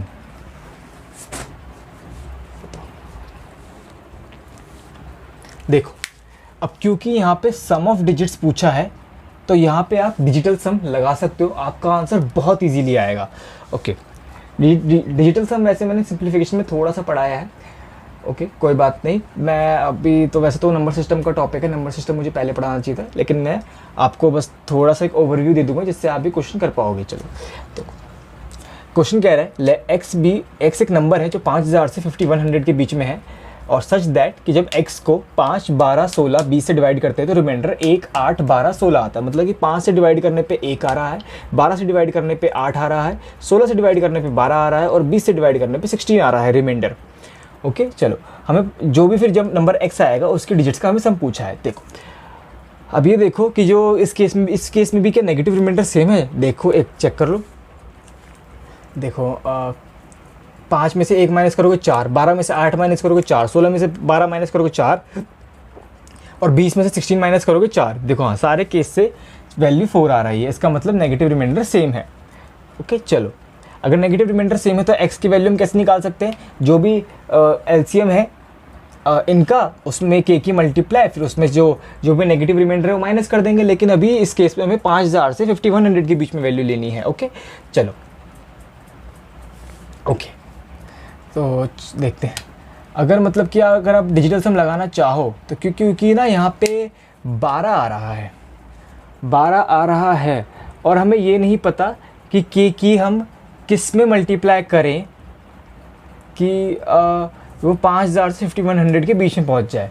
अब देखो, क्योंकि 12 और 12 में 3 छुपा हुआ होता है। अब क्योंकि मेरे कहने का डिजिटल सम मैं आपको बताऊँ थोड़ा बहुत, तो ऐसे होता है कि आप कोई भी नंबर है, जैसे कि मैं ऐसे ABCD एक नंबर बोल दीजिए, ये मत सोचना कि ये ABCD मल्टीप्लाई में है। जैसे कि एक नंबर नहीं होता, जैसे कि 5100 ही देखो, ये मैंने ऐसे ही लिख दिया, 5 की जगह मैंने A लिख दिया, 1 की जगह B लिख दिया, C की जगह 0 की जगह C लिख दिया और 0 की जगह यहाँ D लिख दिया, ऐसे एक नंबर बना दिया। अगर मैं इनके डिजिट्स को ऐड कर दूँ, तो जैसे कि डिजिट्स को ऐड कर दूँ क्या आएगा, इसके A plus B plus C plus D, तो ये इसका डिजिटल सम होता है, यही होता है। अब देखो, जैसे कि इसका डिजिटल सम पूछे तो 5 + 1 1, 5 + 1 6, 6 + 0 0, 6 हो जाएगा। तो ऐसे कोई भी नंबर ले लो, उसका डिजिटल सम ऐसे निकालोगे। अब देखो, इसका यूज़ क्या है, जो भी डिजिटल सम आएगा उसको अगर आप जैसे कि 3 से या 9 से डिवाइड करते हो, जैसे कि मैंने 3 से डिवाइड कर लिया और दूसरे केस में मैं 9 से डिवाइड कर लेता हूँ, यही सेम चीज़ यहाँ लिख दो।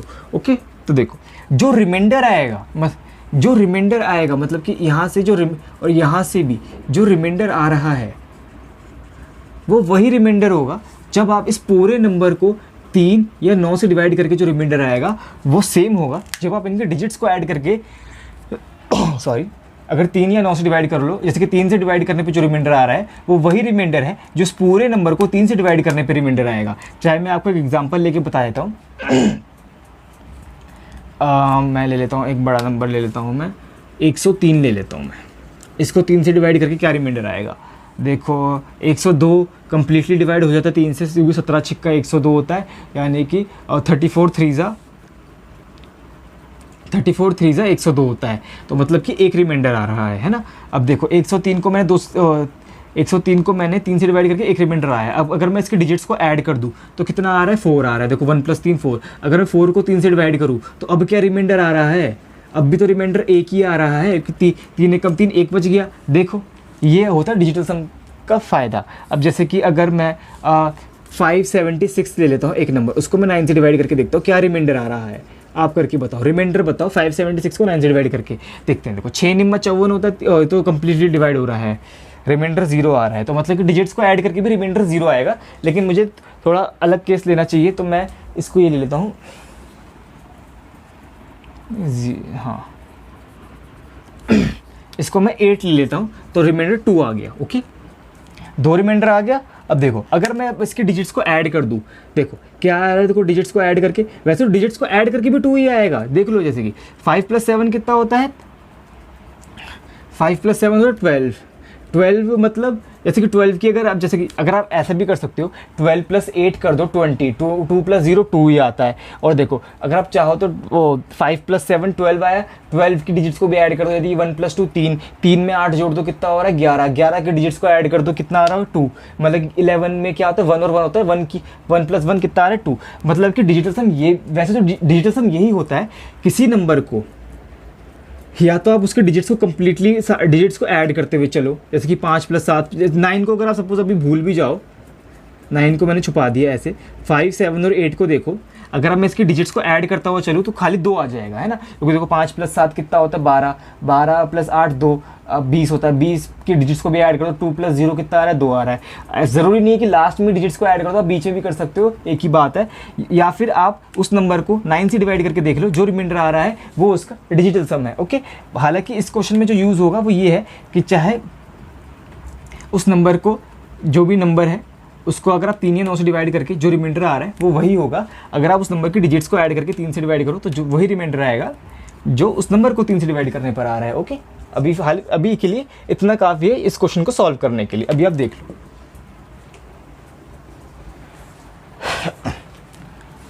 मैं इसको रब कर देता हूँ।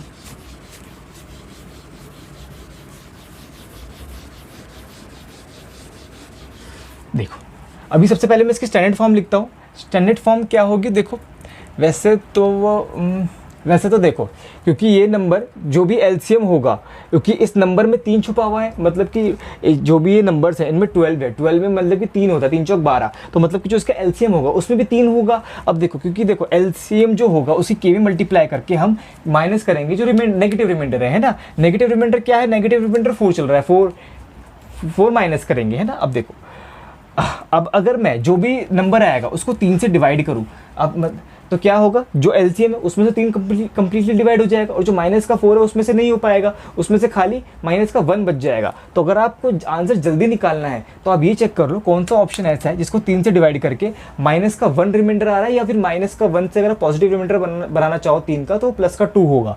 आप ये चेक कर सकते हो कि प्लस का 2 रिमाइंडर किससे आ रहा है, ये तो कम्प्लीटली डिवाइड होता है, 3 × 12, ये 14 हमारा आंसर हो जाएगा। ऐसे आप डिजिटल सम से निकाल सकते हो बिना कुछ लिखे, बिना कुछ, आप सोचना तो पड़ेगा, मैं बिना कुछ सोचे बोल रहा था।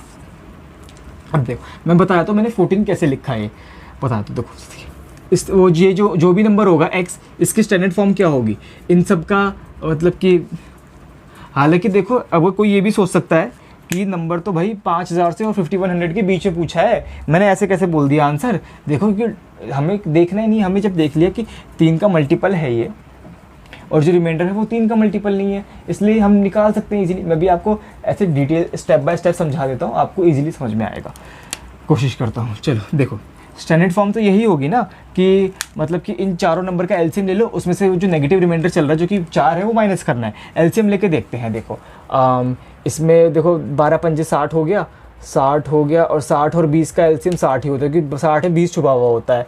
अब देखो 60 मतलब 15 चौके 60 होता है, और 16 मतलब 4 चौक 16। 60 में बस एक बार 4 से मल्टीप्लाई कर दो, 6 चौक 24, तो एलसीएम हो गया इसका 240, है ना। कि देखो 60 और 60 और 16 बच रहे थे ना, जिनका हमने वो निकाला एलसीएम की। देखो और 60 को देखोगे तो 15 चौक के 60 होता है, 16 को देखोगे तो 4 चौक 16। बस 60 में एक 4 है और 16 में 2 बार 4 आ रहा है, तो बस 60 की 4 में मल्टीप्लाई कर दो, 60 को 2 4 मिल गए जो 16 में है, हो गया एलसीएम 240। अब देखो स्टैंडर्ड फॉर्म तो ये होगी ना, 240 की के मल्टीप्लाई कर लो, और जो नेगेटिव रिमाइंडर चल रहा है, जो क्या चल रहा है 4 चल रहा है ना नेगेटिव का, तो वो माइनस करना है, बस ये हो गया। अब देखो मैंने क्या करा था, मैंने ये देखा कि ये नंबर, हालांकि अगर जैसे कि ऐसा होता है कोई 2 ऑप्शन में अगर हम फंस जाते कि 2 ऑप्शंस, मतलब कि जैसे कि अगर एक ऐसा नंबर आ जाता जैसे कि 17 होता है यहाँ पे, तो उसको भी 3 से डिवाइड करके दो रिमाइंडर आता, फिर हम आंसर मार्क नहीं कर पाते, फिर हमें सॉल्व भी करना पड़ता। ये एक आसानी हो गई। ओके, वो कैसे किया मैंने, जैसे कि मैंने क्या करा कि हमें सम ऑफ डिजिट्स पूछा है, मैंने चेक कर लिया कि इसमें 3 छुपा हुआ है, तो अगर मतलब कि मैं इसको 3 से डिवाइड करूँ, क्वेश्चन सॉल्व करने के लिए नहीं करना, बस आंसर मार्क करने के लिए मैं कर रहा हूँ। मतलब कि ऐसे सम ऑफ डिजिट्स नहीं आएगा इससे, मतलब कि ये पता चल जाएगा कि सम ऑफ डिजिट से जो भी नंबर आएगा उसका रिमाइंडर क्या होगा, ये पता चल जाएगा। क्योंकि अगर मैं इस नंबर को डिवाइड कर लूँ, क्योंकि देखो वैसे तो आप ये बोलोगे कि की वैल्यूज तो पुट करो तभी तो 5000 और 5100 के बीच में पहुंचेंगे, उसकी भी ज़रूरत नहीं है, क्योंकि देखो इसमें 3 छुपा हुआ है, मतलब कि ये कंप्लीटली डिवाइड हो जाएगा। देखो 8 के 24 होता है, 80 इंटू के से कंप्लीटली डिवाइड हो जाएगा, बस ये -4 बच जाएगा। मतलब कि मैं इसको ऐसे लिख सकता हूँ, आप देखो 3 सेपरेट हो जाएगा ना, ये माइनस के साइन की वजह से 240 के नीचे भी चले जाएगा और -4 के भी नीचे भी चले जाएगा, मतलब ये कंप्लीटली डिवाइड हो जाएगा, ये -4 नहीं होगा। अब देखो अगर मैं -4 को 3 से डिवाइड करूँ तो क्या रिमाइंडर आएगा, रिमाइंडर आएगा 1, है ना। देखो सॉरी, ये हो गया, ये देखो ये ऐसे बच जाएगा, वैसे तो लिखने की जरूरत नहीं है। देखो ये डिवाइड हो जाएगा, अगर मैं इसको काटूँ तो रिमाइंडर कितना बच जाएगा, देखो 4 में अगर 4 को आप 3 से डिवाइड करोगे तो 1 रिमाइंडर आएगा, तो मैं यहाँ लिखता हूँ जैसे कि रिमाइंडर आ रहा है 1। ओके, हालांकि ये माइनस है ना, नेगेटिव रिमाइंडर को भी अगर आप छोटा कर रहे हो तो ये माइनस का 1 बचेगा, मतलब कि इसमें से ये तो हो गया माइनस का 1, इस माइनस को भी ले रहा हूँ, तो मतलब कि 3 से डिवाइड करके -1 रिमाइंडर आ रहा है, नेगेटिव लेना है। अब देखो अगर -1 रिमाइंडर लो, अगर या आप ये चेक कर, फिर आप ये चेक करो कि ऑप्शंस को डिवाइड करके देखो कि -1 रिमाइंडर कब आ रहा है, इसे देख लो कि -1 रिमाइंडर कब आ रहा है। अगर आपको -1 से दिक्कत हो रही है कि जैसे कि 3 पंजे 15, जस्ट 14 से जस्ट अगला 3 का मल्टीपल ले लिया, -1 आ रहा है, 3 से कटा रहा है, देखो -2 आ रहा है, 3 से 21 -2, और ये तो कंप्लीटली डिवाइड हो रहा है, तो ये नहीं हो रहा। अगर आप ये भी चेक देखो, अगर आप -1 नहीं देख पा रहे तो आप पॉजिटिव रिमाइंडर बना लो ना, जैसे कि 3 में से 1 माइनस करके कितना आ रहा है 2, आप ये चेक कर लो ऑप्शंस को 3 से डिवाइड करके 2 रिमाइंडर कब आ रहा है। जैसे कि ये कंप्लीटली डिवाइड हो रहा है, 3 चौक 12 यहाँ 2 आ रहा है, 3 पंचे 15 यहाँ 1 आ रहा है, 3 छः 18 यहाँ भी 1 आ रहा है, तो इसका मतलब सिर्फ यही इस केस में ही 2 रिमाइंडर आ रहा है। ओके, अब ओके चलो, बस अब मैं इतना ही समझा सकता था, और तो कुछ है ही नहीं, क्योंकि जैसे कि अगर मैं लिख देता हूँ, अगर आप डिवाइड करोगे तो ये ऐसे 80 के बच जाएगा, और ये -4/3 बच जाएगा। फिर अगर आप इसको डिवाइड करोगे तो मतलब कि इस पूरे नंबर को डिवाइड करने पर 3 से, इस पूरे नंबर को 3 से डिवाइड करने पे बस क्या एक जो ऐसे ये बच रहा है, आप इस 4 को भी ऐसे अगर 3 + 3 लिख दो, 3 + 1 लिख दो, तो देखो अगर फिर इसको सेपरेट करो तो ये ऐसे आ जाएगा 80 के -1 हाँ माइनस का 1/3, मतलब कि 1 डिवाइड नहीं हो रहा, तो माइनस ये 1 रिमाइंडर बच रहा है। तो बस आप ये चेक कर लो। अब देखो अगर आपको समझ में नहीं आ रहा है तो फिर आप बेसिक तरीका ही अपना लो, वो मैं बता देता हूँ। ओप सॉरी, स्टैंडर्ड फॉर्म ये थी ना कि 240 इंटू में k और -4। अब देखो हमें क्या करना है, अब हम बेसिक से करेंगे, पूरा क्वेश्चन सॉल्व करेंगे। देखो 240 को हम 5000 और 5100 के बीच में लेके जाएंगे, कैसे करें। अगर मैं देखो 10 से मल्टीप्लाई करता हूँ तो 2400 बन रहा है, 5000 से नहीं, तो मुझे 20 से करनी पड़ेगी। हाँ, क्योंकि 5 ये 2500 के आसपास बन रहा है ना 10 से मल्टीप्लाई करने पे। अगर मैं 20 से करूँ तो 4800 बन रहा है, 4800 बस 200 छोटा है 5000 से। अब देखो अगर मैं 41 से कर दूँ तो 4800 में बस 240 ऐड करना है, तो कितना आ जाएगा, देखो के की जगह 21 ले लिया, 4800 में 240 ऐड कर दिया तो कितना आ जाएगा, ये आ जाएगा आपका 5040 है ना। 5040 में से 4 माइनस कर लूँगा तो कितना आ जाएगा, देखो ये आ जाएगा 5036। बस अगर आप इसको माइनस करोगे तो आप डायरेक्ट, अगर पहले इन दोनों की मल्टीप्लाई करके 4 माइनस करोगे तो आप डायरेक्ट यहीं पहुंच जाओगे। नंबर आ गया हमारा 5150 के बीच में ही है, हमें इसके डिजिट्स को ऐड करना है, ऐड कर लो। 5 + 3 8, 8 + 6 14 आंसर है। लेकिन इसमें लग रहा है टाइम, डिजिटल सम से आप बहुत इजीली कर पा रहे हो। अगर एक बार रिपीट कर करके देखो, मैंने बहुत कोशिश तो करी है कि समझाने की, आपको समझ में आएगा अगर आप रिपीट कर करके देखोगे। डिजिटल सम से करो, ज़्यादा इजीली रहेगा। ओके चलो,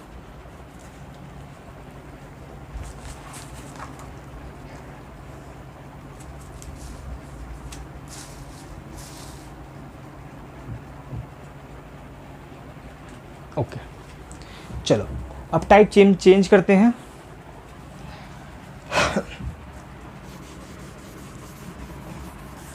आप नेगेटिव रिमाइंडर समझ गए होंगे। हाँ, ये तो कुछ लोगों को डिफ़िकल्ट लग रहा होगा कि कुछ लोग ये भी कह रहे होंगे कुछ समझ में ही नहीं आ रहा। आई नो, आज अगर जिसको समझ में नहीं आ रहा है वो मैं उसको बस एक ही चीज़ बोल सकता हूँ, भाई रिपीट कर करके देखो। मैंने तो अपनी तरफ से पूरी कोशिश करी है।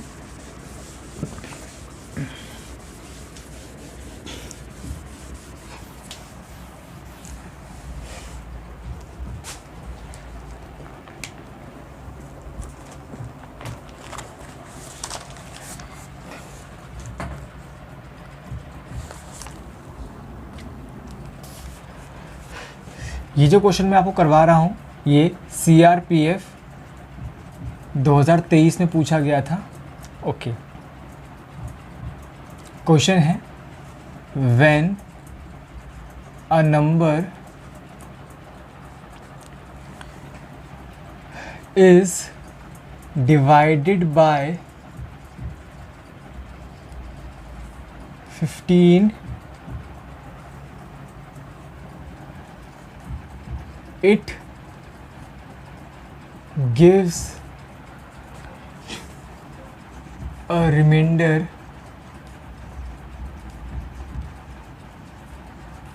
7.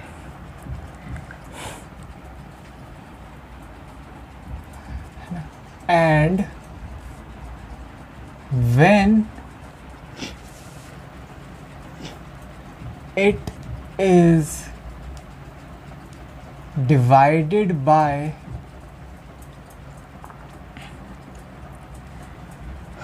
21, it gives a remainder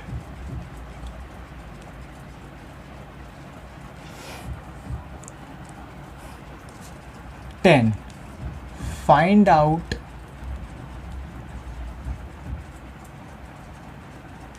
how many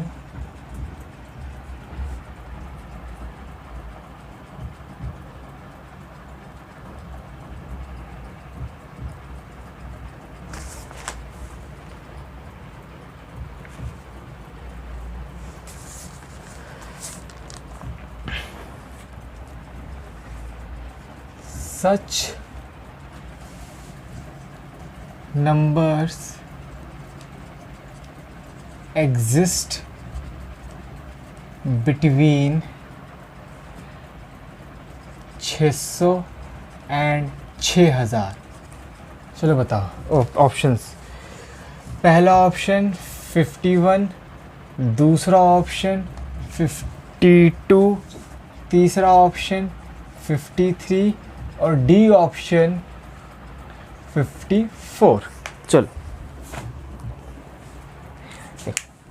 ये क्वेश्चन आप देख लिया होगा, खास है बहुत ज़्यादा।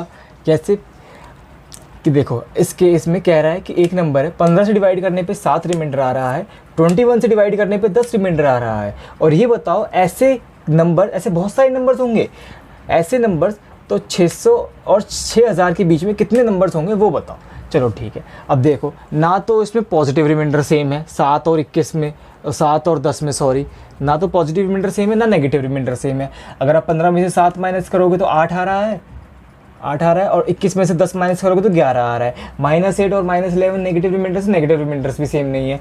तो बस अब ये क्वेश्चन का कोई फॉर्मूला नहीं है, इस क्वेश्चन को आपको करना पड़ेगा अंदाजे से। वो मैं बताया तो कैसे, एक नंबर जैसे कि मैं बताया तो कि 15 से डिवाइड करने पे 7 आ रहा है और 21 से डिवाइड करने पे 10 आ रहा है। तो बस आपको वो नंबर्स अंदाजे से लेने पड़ेंगे और चेक करना पड़ेगा। जैसे कि सपोज़ आप ये चेक देखो कि ऐसे नंबर्स देखो जो 21 से डिवाइड करने पे 10 रिमाइंडर दे रहे हैं, फिर उन नंबर्स को 15 से डिवाइड करके देखो क्या 7 रिमाइंडर आ रहा है। कुछ नंबर्स में आएगा, वो छोटे से छोटा नंबर पकड़ लो बस। फिर आप क्या करो कि जो छोटे से छोटा नंबर आ गया, जो 15 और 21 से डिवाइड करने पे 7 और 10 रिमाइंडर दे रहा है, उसको उसके एलसीएम में एलसीएम इंटू के प्लस वो छोटे से छोटा नंबर। मैं यहाँ उसके स्टैंडर्ड फॉर्म अभी बता दूंगा, पहले एग्जाम्पल से कर लेते फिर उसके स्टैंडर्ड फॉर्म बता दूंगा। चलो पहले वो छोटे से छोटा नंबर ढूंढते हैं जो 21 और 15 से डिवाइड करने पे 10 और 7 रिमाइंडर देता है। मैं आपको एक ही एडवाइस दूंगा कि आप बड़े वाले नंबर को पकड़ो, 21 को। ओके, देखो 21 को अगर जैसे सबसे पहला नंबर जो 21 से डिवाइड करने पे 10 रिमाइंडर देता है वो होता है 31 को अगर आप 21 से डिवाइड करोगे 10 रिमाइंडर आएगा। 31 को अगर आप 15 से डिवाइड करोगे तो 1 रिमाइंडर आ रहा है, सेटिस्फाई नहीं कर रहा। अब 52, हाँ 52, क्योंकि देखो 21 दूनी 42 होता है, 10 रिमाइंडर है तो 42 में 10 ऐड कर दो 52 को अगर आप 21 से डिवाइड करके देखो 10 ही रिमाइंडर आएगा। और 52 को 15 से डिवाइड करके देखोगे तो 15 पंजे 45, हाँ आ रहा है। तो मतलब कि देखो 52 आ गया, देखो 52, हाँ 52 ऐसा नंबर है। अभी तो सबसे छोटे से छोटा नंबर मिल गया हमें कि जिसको आप 21 से डिवाइड करके देख लो। 21 2 ज़ा 42 को, हाँ 42 को 52 में से माइनस करोगे 10 रिमाइंडर आ रहा है। और 52 को अगर आप 15 से डिवाइड करोगे तो 15 पंजे 15 3 45 होता है। 52 को 45 में से माइनस करोगे तो 7 आ जाएगा। ओके, अब देखो अब उस नंबर की स्टैंडर्ड फॉर्म क्या होगी जिसको 15 और 21 से भाग करने पे 7 और 10 रिमाइंडर आ रहा है। वो उसकी स्टैंडर्ड फॉर्म ये होगी कि एलसीएम ऑफ 15 और 21 प्लस ये 52, है ना। मतलब कि 15 और 21 का यहाँ पे एलसीएम आ जाएगा, फिर उसकी के में मल्टीप्लाई प्लस ये 52। ओके चलो अब एलसीएम निकालते हैं 15 और 21 का। देखो 3 पंजे 15 है, 3 सत्ते 21 है। या तो इसके साथ में मल्टीप्लाई कर दो, 15 सत्ते 105 होता है, या फिर इसकी या फिर हाँ इसकी 7 में कर दो या इसकी 5 में कर दो। तो दोनों तरीके से आपका एलसीएम 105 आ जाएगा। ओके चलो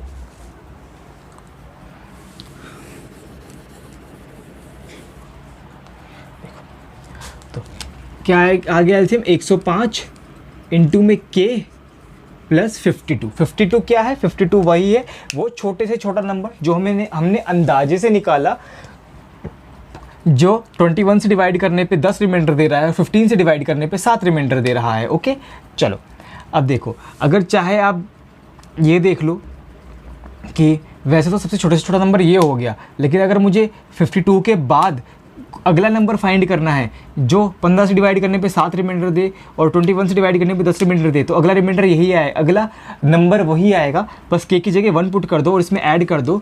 तो देखो मैं यहाँ लिख देता हूँ, 1 पुट करेंगे और इसमें ऐड कर देंगे। 105 की अगर 105 प्लस 52 करें तो कितना आ जाएगा? ये आ जाएगा आपको 157। अब देखो 157 को आप 15 से डिवाइड करके देख लो, वो 15 10 150 होता है। 157 को आप 150 से माइनस कर लो, 7 आ जाएगा। देखो 7 रिमाइंडर आ रहा है इसको 15 से डिवाइड करके। 21 इसको 21 से डिवाइड करके देखते हैं, 10 रिमाइंडर आएगा, करके देख लेते हैं। 21 7, हाँ 7 से मल्टीप्लाई करके देखो कितना आ रहा है 147। इसकी 7 में मल्टीप्लाई करके करेंगे तो 147 आ रहा है। 157 की 147 में से माइनस कर देंगे तो 10 आ जाएगा। देख लो अब अगर आप देखो सबसे पहला नंबर 52 हो गया, उससे मैं यहाँ लिख देता हूँ, सबसे पहला नंबर 52 हो गया, उससे अगला नंबर ये के की जगह 1 पुट करके, के की जगह 2 पुट करेंगे तो कितना आ जाएगा? ये आ जाएगा 210। हाँ 210 प्लस 52 कितना हो जाएगा? 52 कितना हो जाएगा? 262। अब देखो 262 को आप 15 से डिवाइड करके देख लो, 15 कम 15 11 बच गया, 112 तो और 112 हो गया ना, 15 हाँ 15 सत्ते 105 होता है। 112 में से 105 घटा लो, 7 बच जाएगा। ओके है ना, 7 आ रहा है देखो रिमाइंडर। अब देखो इसको 21 से डिवाइड करके देख ले तो देखते 10 रिमाइंडर आ जाएगा। 21 से कर लेते, 21 1 से 21, देखो 26 में से 21 घटा लो, 5 बच जाएगा 52, है ना। 52 में से और 21 2 ज़ा 42 घटा लेंगे, 10 आ रहा है, देखो ये भी हो गया। ऐसी इससे अगला नंबर कैसे आएगा, के की जगह 3 पुट कर दो, कितना आ जाएगा, 315 प्लस 52 कितना हो जाएगा, 367 हो जाएगा। ऐसे अगला अगला अगला अगला अगला ऐसे चलते जाएंगे। ओके, आप समझ गए होंगे। हमें क्या चाहिए, हमें चाहिए 600 और 6000 के बीच में कितने नंबर्स आएंगे। ओके चलो, आप ये समझ गए ना, ये सबसे छोटा ऐसे चलते जाएंगे। हमें चेक करना है 600 और 6000 के बीच में कितने नंबर्स आएंगे।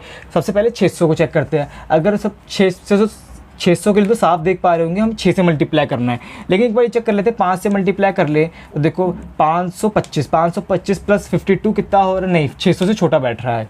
चाहे तो आप देख लो कितना आ रहा है, 577, 600 से छोटा है, तो 6 से ही मल्टीप्लाई करनी पड़ेगी। के की वैल्यू में 6 पुट करनी पड़ेगी, फिर आ जाएगा 600 से जस्ट बड़ा।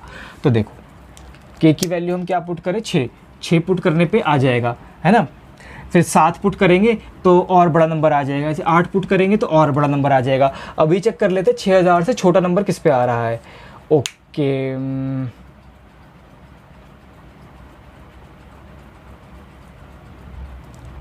6000 से, ओके, तो ये तो हमें ऐसे ही चेक करना पड़ेगा, क्योंकि देखो अगर आप अंदाजे मारने बैठोगे ना तो बहुत डिफिकल्ट हो जाएगा। क्योंकि या तो आप आंसर्स देख लो, आंसर्स ये कह रहे हैं कि अगर आप इसको गिनने बैठोगे तो देखो मैं नंबर्स नहीं लिख रहा कंप्लीटली, क्योंकि उसकी कोई ज़रूरत नहीं है। आपको खाली काउंट करने हैं, आपको वैल्यूज़ की कोई ज़रूरत नहीं है। अगर आप जैसे कि के की जगह 6 पुट करके आप पूरा वो नंबर निकाल रहे हो तो कोई ज़रूरत नहीं है। आप यहाँ से गिन सकते हो, ये 1 हो गया, 2 हो गया, 3 हो गया, ऐसे गिन लो। के की वैल्यू 6, ऐसे मैं लिखता जा रहा हूँ, गिन लूँगा, यहाँ से ईजिली हो जाएगा। ओके, बस मैं ये चेक करना ये देखना चाहता हूँ कि किस वैल्यू पे ये 6000 से जस्ट छोटा हो जाएगा। फिर देखो, फिर अगर आप ये देखो, ये काउंटिंग चल गई, नेचुरल नंबर्स चल रहे हैं लगातार में, बस हम माइनस करके देख लेंगे, वही कि सबसे बड़े वाले में सबसे छोटा माइनस करके +1 करना है, बस हो गया।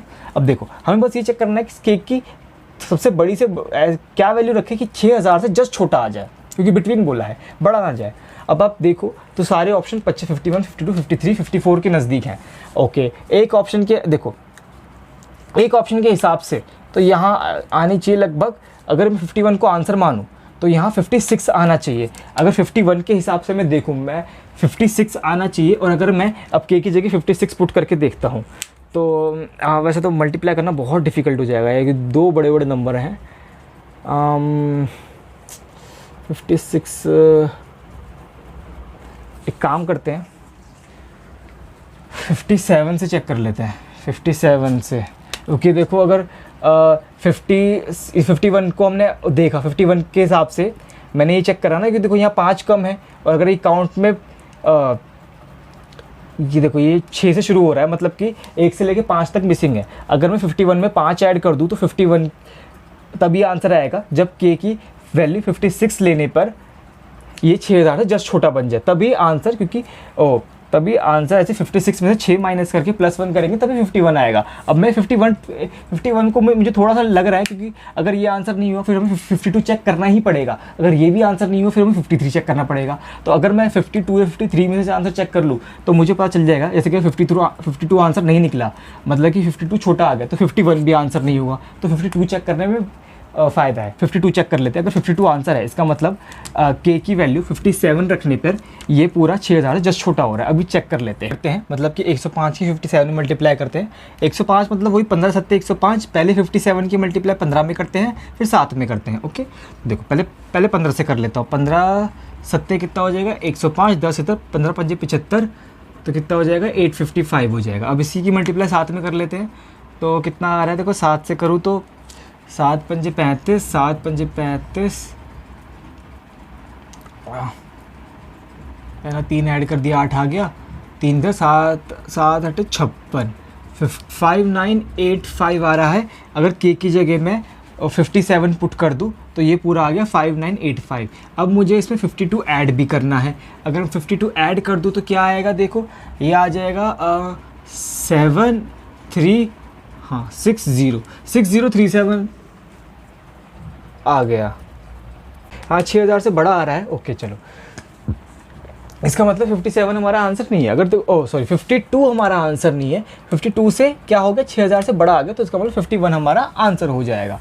चाहे आप चेक कर लो कि देखो, वैसे तो अगर 51 चेक करता तो ज़्यादा इजी रहता। मैं ही देख रहा था कि सपोज अगर 52 रखने पे भी ना, अगर 6000 से काफ़ी छोटा आ रहा होता, मतलब कि ऐसा नंबर आ रहा होता वैसे तो 6000 से बड़ा आ गया ना, हमें 6000 से के बीच, 600 6000 के बीच में लेना है, 6000 से छोटा आना चाहिए था। ओके, अगर ये बड़ा आ गया तो इसका मतलब 51 पे ही आंसर हो जाएगा, क्योंकि देखो अगर मैं इसमें 52 माइनस कर दूँ, नहीं 52 माइनस नहीं, अगर के की वैल्यू 56 लूँ, यानी कि इसमें से 105 माइनस कर दूँ मैं, है ना, 105 माइनस कर दूँ तो देखो जस्ट छोटा नंबर आएगा 6000 से, है ना, इसलिए के की वैल्यू यहाँ आएगी 56 आ गई। वैसे 51 आंसर ही हो जाएगा, आप डायरेक्ट मार्क कर दो, लेकिन 56 आंसर हो, वैल्यू आ गई ना यहाँ पे। मैंने 51 को आंसर 52 को देख के 57 लिखा, नहीं आया, अब 56 लिख रहा हूँ। तो देखो अब जो जब इनको काउंट करते तो मैंने आपको फॉर्मूला बता रखा है ना। फॉर्मूला क्या होता है, जब ऐसे लगातार संख्या हों और ऐसे 6 7 8 से लेके ये कहाँ तक जा रही हैं, ऐसे डॉट डॉट डॉट डॉट 56 तक गई, तो अगर आप इसको गिनने बैठो तो वैसे सिंपल है, 56 में से सबसे बड़े वाले में से सबसे छोटा माइनस कर दो और एक ऐड कर दो। 56 माइनस 6 कितना आएगा, 50, 50 प्लस 1 51, है ना, सिंपल। या फिर इसमें से 6 से जस्ट पहले नंबर क्या आएगा 5, तो या फिर आप ऐसे भी कर सकते हो, 56 में से 5 घटा लो, 51 आ जाएगा। ओके, चलो ये हो गया इसका वो ऐसा तरीका, ये हो गया ऑप्शन से। ओके, या फिर अगर आप ये चेक कोई ये देखना चाहता है कि 56 की जगह 56 रखने पे क्या वैल्यू आएगी, सिंपल है, मैं आपको बता देता हूँ क्या वैल्यू आएगी। आप इसमें से 105 माइनस कर सकते हो, 5932 आएगी वैल्यू। अगर आप ऐसे इसकी जगह 56 पुट करके की जगह 56 पुट करके निकालते हो आंसर। ओके, चाहे तो आप मल्टीप्लाई करके देख लो इसको, कितना देखो 105 से 56 की मल्टीप्लाई कर लो, 52 जोड़ लो, यही आएगी आपकी वैल्यू। ओके, चलो अब मैं इसका एक बार बेसिक तरीका ही बता देता हूँ कि अगर ऑप्शंस का यूज़ ना करना पड़े, सपोज़ जैसे कि अगर सम ऑफ डिजिट्स पूछा होता तो सम ऑफ डिजिट्स ऑप्शन में होते, फिर तो आप ऑप्शंस यूज़ नहीं कर पाते ना, फिर आपको बेसिक तरीका से सॉल्व करना पड़ता। इसका बेसिक तरीका क्या होगा वो भी मैं आपको बता देता हूँ।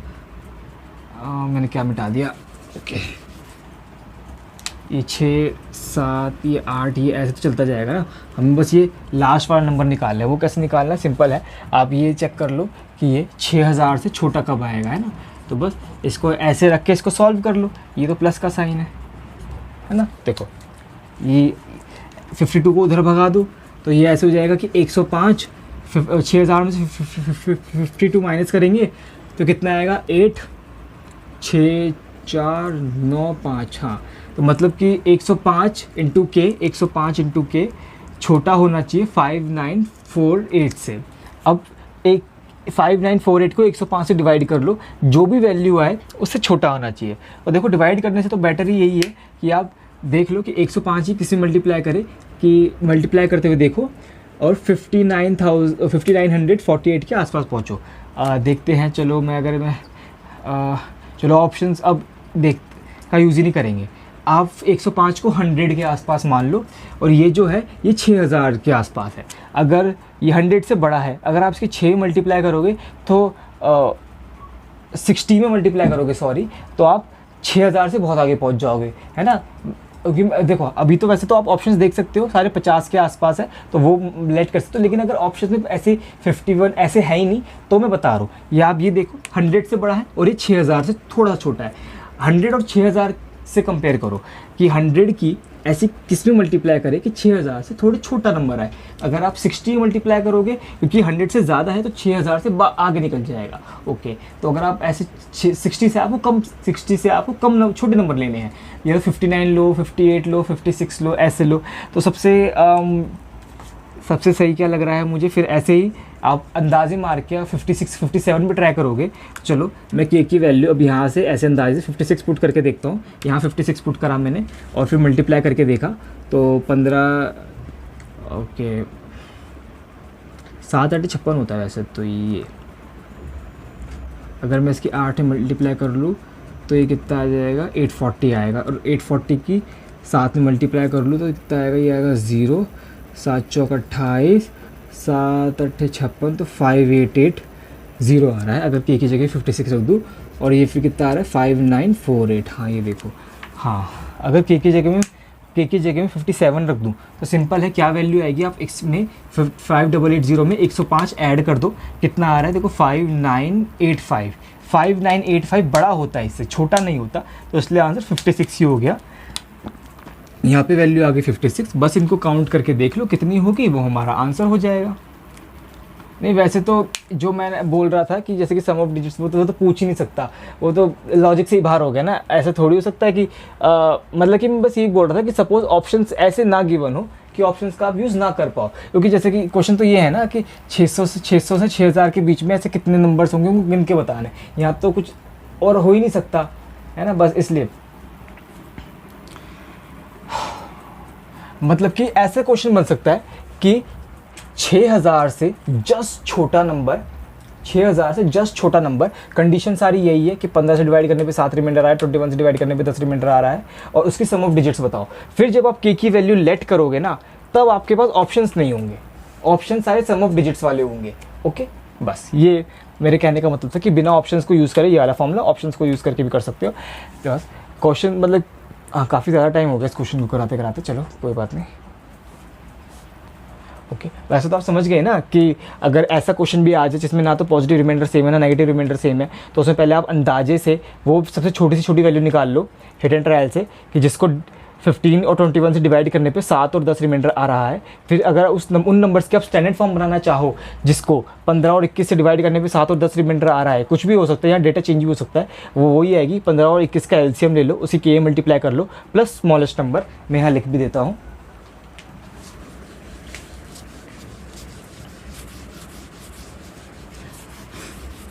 वैसे तो ये क्वेश्चन काफ़ी डिफिकल्ट हो जाते हैं इसलिए नहीं आते। स्टैंडर्ड फॉर्म यही होगी LCM इंटू के प्लस स्मॉलेस्ट नंबर,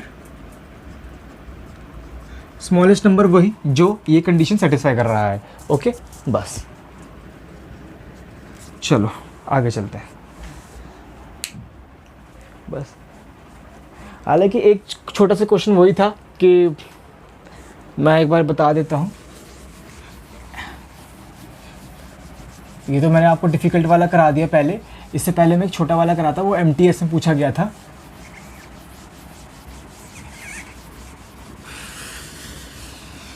क्योंकि टाइम कम है और मुझे आज ही LCM निपटाना है आपका, तो मैं बस एक बार क्वेश्चन छोटा ही लिखूँगा और आप बस बता देना। चलो क्वेश्चन यही है कि M एक लार्जेस्ट 3 डिजिट नंबर है जिसको 6 5 से डिवाइड करने पे, मतलब कि 6 से डिवाइड करने पे रिमाइंडर 5 आ रहा है, और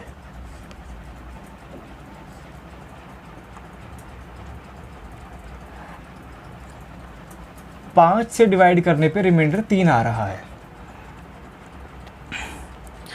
मतलब कि M एक ऐसा नंबर है, M एक ऐसा नंबर है जिसको मैं यहाँ चलो लिख देता हूँ कि M को अगर आप 6 से डिवाइड कर लो तो 5 रिमाइंडर आ रहा है, M को अगर आप 5 से डिवाइड कर लो तो रिमाइंडर 3 आ रहा है। ओके चलो, अगर M को 11 से डिवाइड करें तो क्या रिमाइंडर आएगा क्वेश्चन है। और M जो है ना वो 3 डिजिट की सबसे लार्जेस्ट नंबर है।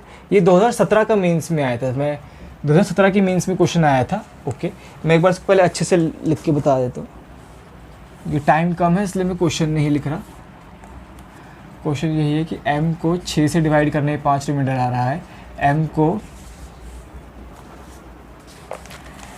5 से डिवाइड करने पे 3 रिमाइंडर आ रहा है, और M जो है वो 3 डिजिट का सबसे बड़ा नंबर है। ओके 3 डिजिट का सबसे बड़ा नंबर जिसको 6 से डिवाइड करने पे 5 आ रहा है और 5 से डिवाइड करने पे 3 आ रहा है, उसको 11 से डिवाइड करने पे क्या आएगा वो बताना है। ऑप्शंस देख लो, रिमाइंडर बताना है ना, रिमाइंडर क्या होगा। रिमाइंडर है पहला ऑप्शन 1, दूसरा ऑप्शन 2, तीसरा ऑप्शन 3, चौथा ऑप्शन 4। चलो करते हैं। ओके सबसे पहले हिट एंड ट्रायल से करेंगे, अंदाजे से ऐसा नंबर जिसको बड़ा नंबर पकड़ लो, 6 से डिवाइड करने पे 5 आ रहा हो। देखो पहला नंबर होगा 11 को 6 से डिवाइड करो 5 आ रहा है, लेकिन 11 को 5 से डिवाइड कर लो 3 नहीं आ रहा, रिमाइंडर 1 आ रहा है। फिर देखो 17 होता है ऐसा नंबर जिसको 6 से डिवाइड करोगे 5 आता है नंबर, और रिमाइंडर सॉरी, और अगर 17 को 5 से डिवाइड करोगे तो 2 आ रहा है, 3 नहीं आ रहा। चलो आगे चलते हैं। 17 हो गया और 18 में 5 जोड़ेंगे तो कितना होता है 23 ऐसा नंबर है इसको 6 से डिवाइड करोगे तो 5 आ रहा है। 23 हो गया। चलो 23 को क्योंकि 5 से डिवाइड कर लेंगे तो 3 भी आ रहा है। चलो ओके 23 वो छोटे से छोटा नंबर हो गया जिसको 6 और 5 से डिवाइड करने पे 5 और 3 रिमाइंडर आ रहा है। अब हम क्या करेंगे, 6 और 5 का एलसीएम ले लेंगे, क्या हो गया 30, 30 इंटू के प्लस 23, ये उस नंबर की स्टैंडर्ड फॉर्म बन गई जिसको 6 और 5 से डिवाइड करने पे 5 और 3 रिमाइंडर आ रहा है। ओके, ये मैं यहाँ लिख देता हूँ, 2017 के मीन्स में आया था ये क्वेश्चन, मैंने लिखा नहीं है, बस जल्दी से देख लो, ये स्टैंडर्ड फॉर्म हो गई। अब ये बताना है कि जो नंबर है ना, ये 3 डिजिट का सबसे बड़े से बड़ा नंबर है। ओके, अब उस मतलब कि इसको हमें 3 डिजिट का सबसे बड़े से बड़ा नंबर बनाना है, और मतलब कि फिर उसको 11 से डिवाइड करके बताना है कि रिमाइंडर क्या आएगा। ओके चलो बताते हैं, 3 डिजिट का बनाते हैं। अगर मैं यहाँ 10 ले लूँ तो 300 बनेगा। ओके, अगर 30 लूँ तो 923 बनेगा। ओके, 31 लूँ तो कितना बन जाएगा, ये 31 लूँ तो ये 930 बन जाएगा, 953 बन जाएगा। 32 लूँ तो 32 लूँ तो ये कितना बन जाएगा, ये 960 बन जाएगा, 983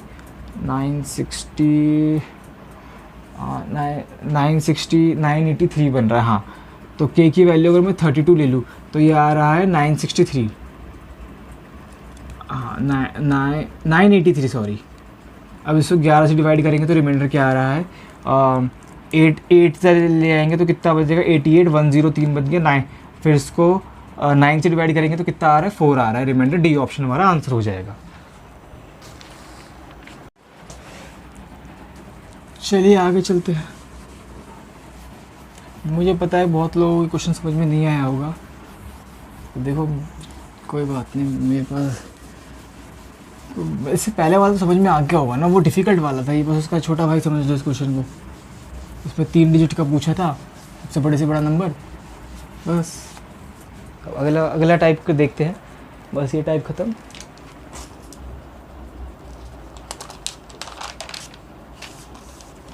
ओके चल, बस 3 क्वेश्चन और है, उसके बाद आपका एलसीएम पूरा ख़त्म हो जाएगा। क्वेश्चन लिखो, हाँ, LCM of 4 natural numbers 8, 160, 64 and x is 2880। Okay चलो, क्वेश्चन है how many values of x are possible. पहला ऑप्शन 13, दूसरा ऑप्शन 14, तीसरा ऑप्शन 15 और डी ऑप्शन 16। चलो बताओ। देखो क्वेश्चन कह रहा है कि ये जो 4 नंबर है जिसमें x भी एक नंबर है, वो जो हमें पता करना है, मतलब कि 8, 160, 64 और x का एलसीएम 2880 है। तो हमें बताना है कि x के कितने पॉसिबल वैल्यूज़ हो सकते हैं। हालांकि देखो यहाँ ये जो 8 नंबर है ना, ये पहला नंबर जो 8 है, इसकी तो कोई वैल्यू ही नहीं है, क्योंकि देखो 8 160 में भी है, 8 64 में भी है। तो अगर आप इसको छोड़ के भी चल लोगे ना, तब भी आप x की पॉसिबल वैल्यूज़ निकाल सकते हो। अब देखो ये कैसे आएगा, चलो इस 8 को भी ले लेते हैं। 8 का मतलब देखो यही होता है कि 2 की पावर 3, ऐसे लिख देता हूँ मैं। अब देखो पहले इन नंबर्स को प्राइम फैक्टर से ब्रेक कर लो, बहुत इजीली आ जाएगा आपका। देखो 160 को आप ले इससे लिख सकते हो, देखो 16 मतलब 2 की पावर 4 और 10 में 2 पंजे होता है, मतलब कि 160 को आप ऐसे लिख सकते हो 2 की पावर 5 इंटू में 5, ये 160 हो गया। अब 64 को तो आप सिंपल है ऐसे लिख सकते हो 2 की पावर 8 नहीं 6 सॉरी 6, हाँ 6 आएगा। 2 की पावर 3 8 होता है ना, 8 का स्क्वायर, हाँ सही है। अब देखो अब ये एक x है और इनका एलसीएम मैं यहाँ लिख देता हूँ। एलसीएम को अगर प्राइम फैक्टर से ब्रेक करूँ तो मैं पहले तो इसमें 5 है, 5 निकाल लेते हैं, इसमें 5 निकाल लिया इसमें से, तो कितना बच जाएगा, ये बच जाएगा आपका 576 बच जाएगा, है ना। अगर इस नंबर को 5 से डिवाइड करूँ ना तो 576 बन जाएगा। 576 होता है 24 का स्क्वायर, 24 का स्क्वायर यानी कि 8 तिया 24, यानी कि ये 2 की पावर 3 का स्क्वायर यानी कि 2 की पावर 6 और 3 का स्क्वायर। हाँ, जहाँ तक एक बार मैं फिर से चेक कर लूँ इसको। हाँ 5 तो कितना आएगा, ये 576 आ जाएगा। 576 मतलब कि 5 निकाला तो 576 बच जाएगा। 576 यानी 24 का स्क्वायर होता है।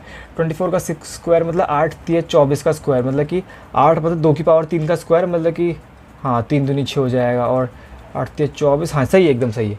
इसको मैंने प्राइम फैक्टर से ब्रेक करा तो ये आ गया। चलो ठीक है। अब देखो, जब जिस तरीके से हम एलसीएम निकालते थे ना, उसी तरीके का इस्तेमाल करके हम ये एक्स की पॉसिबल वैल्यूज़ निकालेंगे। अब देखो, क्योंकि देखो जो मैंने बताया था कि 8 की कोई ज़रूरत ही नहीं है, क्योंकि देखो 2 की पावर 3 है, यहाँ भी इसमें भी 2 की पावर 5 में भी 2 की पावर 3 है, इसमें भी 2 की पावर 3 है और एलसीएम में भी 2 की पावर 3 है। ओके, तो मतलब कि इसकी ज़रूरत, चलो अभी इसको छोड़ो, मैं आपको बताया तो जैसे कि अगर सपोज़ मैं बोलूँ कि एक्स, जैसे कि इसमें 5 2 और 3 है और इनमें भी 5 2 है। हाँ मस्त, देखो अगर इन तीनों की बात करूँ मैं, ऐसा कौन सा नंबर है जो इसमें है और इसमें नहीं है। मतलब कि देखो 2 की पावर 6 इसमें तो है, इसमें है, तो मतलब कि इसकी ज़रूरत नहीं है। मतलब कि है, हो तो कोई दिक्कत वाली बात नहीं है, लेकिन ऐसा नहीं कि होना ही चाहिए। ऐसा कोई नंबर है जो एक्स में होना ही चाहिए, वरना एलसीएम नहीं आएगा। क्योंकि देखो अगर आप इन तीनों का एलसीएम निकालोगे ना, मतलब कि इन तीनों नंबर्स का, तो इसका एलसीएम आ जाएगा। देखो 2 की पावर 6 इंटू 5, मतलब इसकी 5 ही मल्टीप्लाई कर लोगे तो कितना आ जाएगा, 320। देखो इन तीनों नंबर का एलसीएम आ रहा है 320 और ये एलसीएम इन चारों नंबर का है 2880। मतलब कि एक्स में कुछ ऐसे नंबर ज़रूर होंगे जो इन तीनों के पास नहीं है और जो इसमें है और इन तीनों में नहीं है। ऐसे कौन से नंबर्स है? हर कोई बोलेगा देखो 3 की पावर 2, 3 की पावर 2 मुझे कहीं भी नहीं दिख रहा। मतलब कि एक्स में 3 की पावर 2 तो होना ही चाहिए ना, तो 3 की पावर, ये कंफर्म है। अगर ये नहीं हुआ तो एलसीएम ये नहीं हो सकता, क्योंकि देखो इन तीनों नंबर्स का एलसीएम मैं यहाँ शॉर्ट में लिख देता हूँ, 320 आ रहा है ना। अगर मैं 320 की 9 में मल्टीप्लाई करूँ, 9 दूनी 18, 9 तिया 27। हाँ देखो 320 और 3 की पावर 2 का फिर आगे इनका एलसीएम 320 है ना। मतलब कि ये तो होना ही चाहिए। अब ज़रूरी नहीं कि एक ही वैल्यू पॉसिबल हो। अब देखो, अब बची कुची वैल्यूज़ को देखो। चलो 2 की पावर 6 से फोकस करते हैं। 2 की पावर 6 तो 64 में कंप्लीट है। इसको मैं सर्कल में बंद कर देता हूँ, कहीं आप इसको क्वेश्चन का पार्ट ना समझ लो। अब देखो, ओके, 2 की पावर 6 जो कि एलसीएम में है, वो तो 64 में पूरी है ना। चाहे इसके पास हो या ना हो, फ़र्क नहीं पड़ता। अब सपोज अगर, चलो पहले हाँ, अगर मैं इसको 2 की पावर 7 दे दूँ तो क्या होगा, सोच के देखो। अगर मैं इसको 2 की पावर 7 दे दूँ ना, तो क्या हो जाएगा, यहाँ एलसीएम में भी ना 2 की पावर 7 आ जाएगी। क्योंकि देखो क्योंकि अगर मैं सपोज़ यहाँ 2 की पावर 7 डाल दूँ, तो एलसीएम तो वो नंबर होता है ना जो इन चारों से कटे। अगर यहाँ 2 की पावर 7 नहीं है, तो अगर मैं इसके पास 2 की पावर 7 देता हूँ, ये तो कट ही नहीं पाएगा, फिर तो एलसीएम पॉसिबल ही नहीं है। तो मतलब कि एक्स में या तो 2 की पावर 0 हो, 1 हो, 2 हो, 3 हो, 4 हो, 5 हो, 6 तक हो सकती है, लेकिन 6 से ज़्यादा नहीं हो सकती। तो मैं यहाँ लिख देता हूँ, एक्स में जगह वैसे कम है, चलो मैं यहाँ लिख देता हूँ कॉमा डाल के। 2 की पावर 0 हो सकती है, 2 की पावर 1 हो सकती है। क्योंकि देखो आप चाहे यहाँ 2 की पावर 1 भी लोगे और फिर इन चारों नंबर का एलसीएम निकालोगे, 2 की पावर 6 ही आएगी मैक्सिमम पावर। याद है ना, जो मैंने एलसीएम की सबसे पहली वीडियो डाली थी, उसमें बोला था कि सबसे जो भी कॉमन नंबर चल रहे हैं उनकी आपको मैक्सिमम पावर लेनी है। तो यहाँ 2 की पावर 6 है। अगर आप यहाँ 2 की पावर 7 ले आओगे ना, तो मैक्सिमम हो जाएगी 2 की पावर 7, जो कि यहाँ नहीं है, जो कि फिर हो जाएगा गलत। तो कि आप 2 की पावर 6 या उससे कम ले सकते हो। ओके चलो, 2 की पावर 1 ले ली, अब 2 की पावर 2, 2 की, ऐसे चलता जाएगा और 2 की पावर 6 तक आप जा सकते हो, उससे आगे आप नहीं जा सकते। ओके, अब देखो, ओके चलो 3 हो गया, 3 हो गया, क्योंकि 3 की पावर 2 तो इसमें होनी चाहिए। अगर आप 3 की पावर 3 कर दोगे ना इसमें, तो फिर तो यहाँ 3 की पावर 3 होना चाहिए, जो कि नहीं है, तो फिर गलत हो जाएगा। अगर यहाँ 3 की पावर आप 1 कर दोगे, और देखो यहाँ 3 कहीं भी नहीं है, तो अगर आप यहाँ 3 की पावर 1 कर दोगे ना, तो यहाँ भी 3 की पावर 1 ही होना चाहिए, यहाँ तो 9 हो गया। मतलब कि देखो, अगर आप यहाँ 3 की पावर 1 कर दोगे, तो वैसे तो एलसीएम फिर क्या होगा ना, फिर एक कॉमन मल्टीपल बन जाएगा। क्योंकि देखो अगर आप, ऐसा तो हो जाएगा, अगर आप 3 की पावर 1 लो, फिर देखो कि हाँ इसमें 3 से डिवाइड तो हो जाएगा, कॉमन मल्टीपल तो है, लेकिन लीस्ट कॉमन मल्टीपल नहीं रहेगा। क्योंकि देखो क्योंकि अगर एलसीएम में 3 की पावर 2 चाहिए तो इनमें से कहीं किसी के पास 3 की पावर 2 होनी चाहिए, और किसी के पास भी नहीं है, और यही है एक्स जिसमें हम छेड़छाड़ कर सकते हैं। तो इसको आपको 3 की पावर 2 देनी ही पड़ेगी। अगर आपने 3 की पावर 1 दी ना, तो फिर एलसीएम में भी 3 की पावर 1 ही होनी चाहिए, तभी ये लीस्ट रहेगा। अगर आप 3 की पावर 1 दोगे तो एक कॉमन मल्टीपल तो रहेगा, मतलब कि पूरा पूरा डिवाइड हो जाएगा, लेकिन लीस्ट नहीं रहेगा। ओके चलो, ओके अब देखो 5 ही फोकस करते हैं। 5 की पावर 1 है, यहाँ 5 की पावर 1 है, तो मतलब कि ज़रूरी नहीं है कि x को या 5 दो या मत दो, फ़र्क नहीं पड़ता। चाहे तो x में 5 की पावर 0 हो या 5 की पावर 1 हो, फ़र्क ही नहीं पड़ता। ओके तो अब देखो अब इस पे ध्यान दो। ये जो मैं देख रहा हूँ ये है x की पॉसिबल वैल्यूज़, है ना। मतलब कि x में बस 3 की पावर 2 तो कंपलसरी है, बाकी ये 2 की पावर 0 से लेकर 6 तक कुछ भी हो, और 5 की पावर 0 से लेकर 1 तक कुछ भी हो। तो x की कितनी वैल्यूज़ आ गई, बस देखो ये जितनी भी आई है, देखो 3 में कितनी, 3 की कितनी वैल्यूज़ आई है 1। अब 2 की पावर को गिनने बैठो तो कितनी आ गई, ये आ गई 7। अभी 5 की पावर से गिनने बैठो, मतलब कि 5 की और 0, 5 की पावर 1, तो ये कितनी आ गई 2। इनको कर लो मल्टीप्लाई, तो आंसर कितना आ जाएगा, 7 दूनी ये 14 वैल्यूज़ इसकी पॉसिबल्स है x की। चाहे आप देख लो, जैसे कि 3 की पावर 2 तो होना ही चाहिए, 3 की पावर 2 इंटू 1 कर लो, पहली वैल्यू आ गई 3 की पावर 2, है ना। अब फिर 3 की पावर 2 की 2 में मल्टीप्लाई कर लो, यानी 9 दूनी 18 हो सकती है, फिर ऐसे कि 36 हो सकती है ना। x की वैल्यू 36 हो सकती है, हो गई 9 तिया, हाँ 36 दूनी 72 हो सकती है, ऐसे चलते जाएगा। फिर ऐसे कि 9 की 5 में 9 पंजे 45 हो सकती है।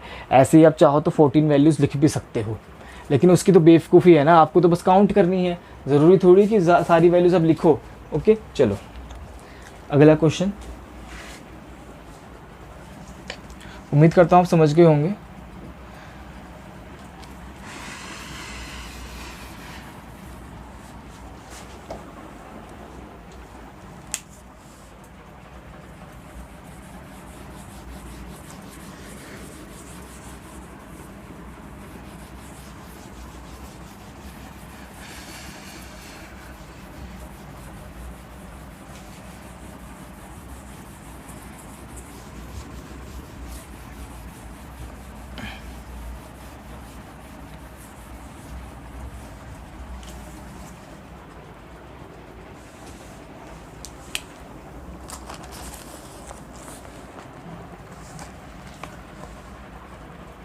क्वेश्चन लिखो, LCM of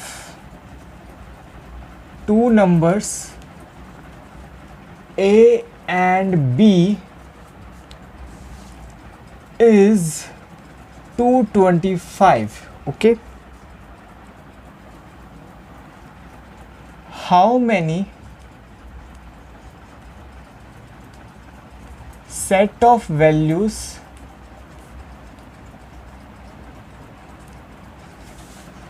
of A and B are possible? आ रहेगा या आ रहा था या इजाता पता नहीं यार। हाँ आर पॉसिबल, चलो ले लेते हैं। पहला ऑप्शन 11, दूसरा ऑप्शन 12, तीसरा ऑप्शन 13 और डी ऑप्शन 14। चलो बताओ। देखो क्वेश्चन कह रहा है ए और बी 2 नंबर्स हैं जिनका एलसीएम 225 है। अब ए और बी के ऐसे कितने पेयर पॉसिबल हैं, सेट्स पॉसिबल हैं, है ना।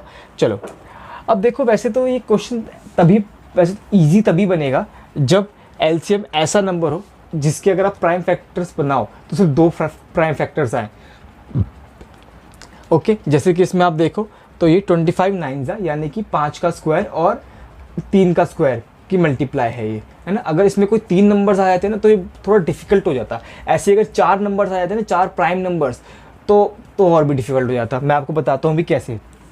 जैसे कि देखो, मैं यहाँ लिखता हूँ ए और यहाँ लिखता हूँ बी। अब हम ए और बी की वैल्यूज़ देखेंगे कि क्या क्या हो सकती है।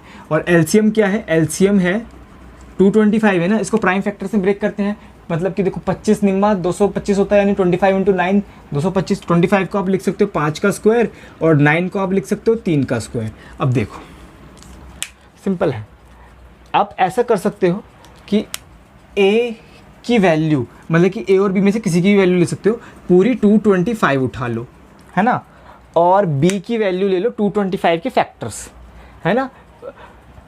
225 के जितने फैक्टर्स होते हैं, अगर बी की वैल्यू ले लोगे फिर उनका एलसीएम निकालोगे तो क्या आएगा, 225 ही आएगा, क्योंकि देखो बस, क्योंकि उसमें कुछ मिसिंग होगा बस, है ना। अब देखो, अब इसके कितने फैक्टर्स हो सकते हैं 225 के, वो कैसे निकालते हैं वो मैं आपको नंबर सिस्टम में पढ़ाता, लेकिन बस कुछ नहीं, ज़्यादा डिफिकल्ट नहीं है, बस आप देख लो।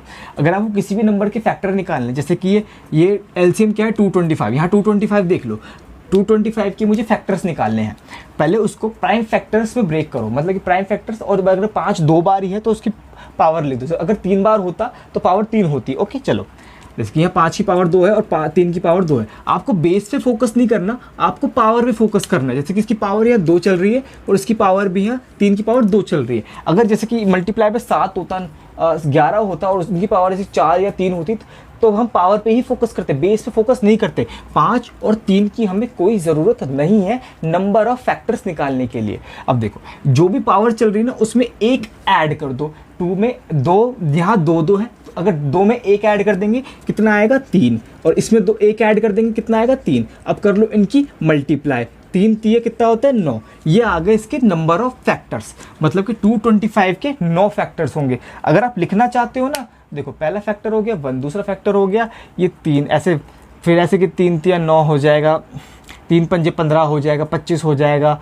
25 3 75 हो जाएगा, 25 की, हाँ ऐसे शायद मैंने 9 बोल दिए।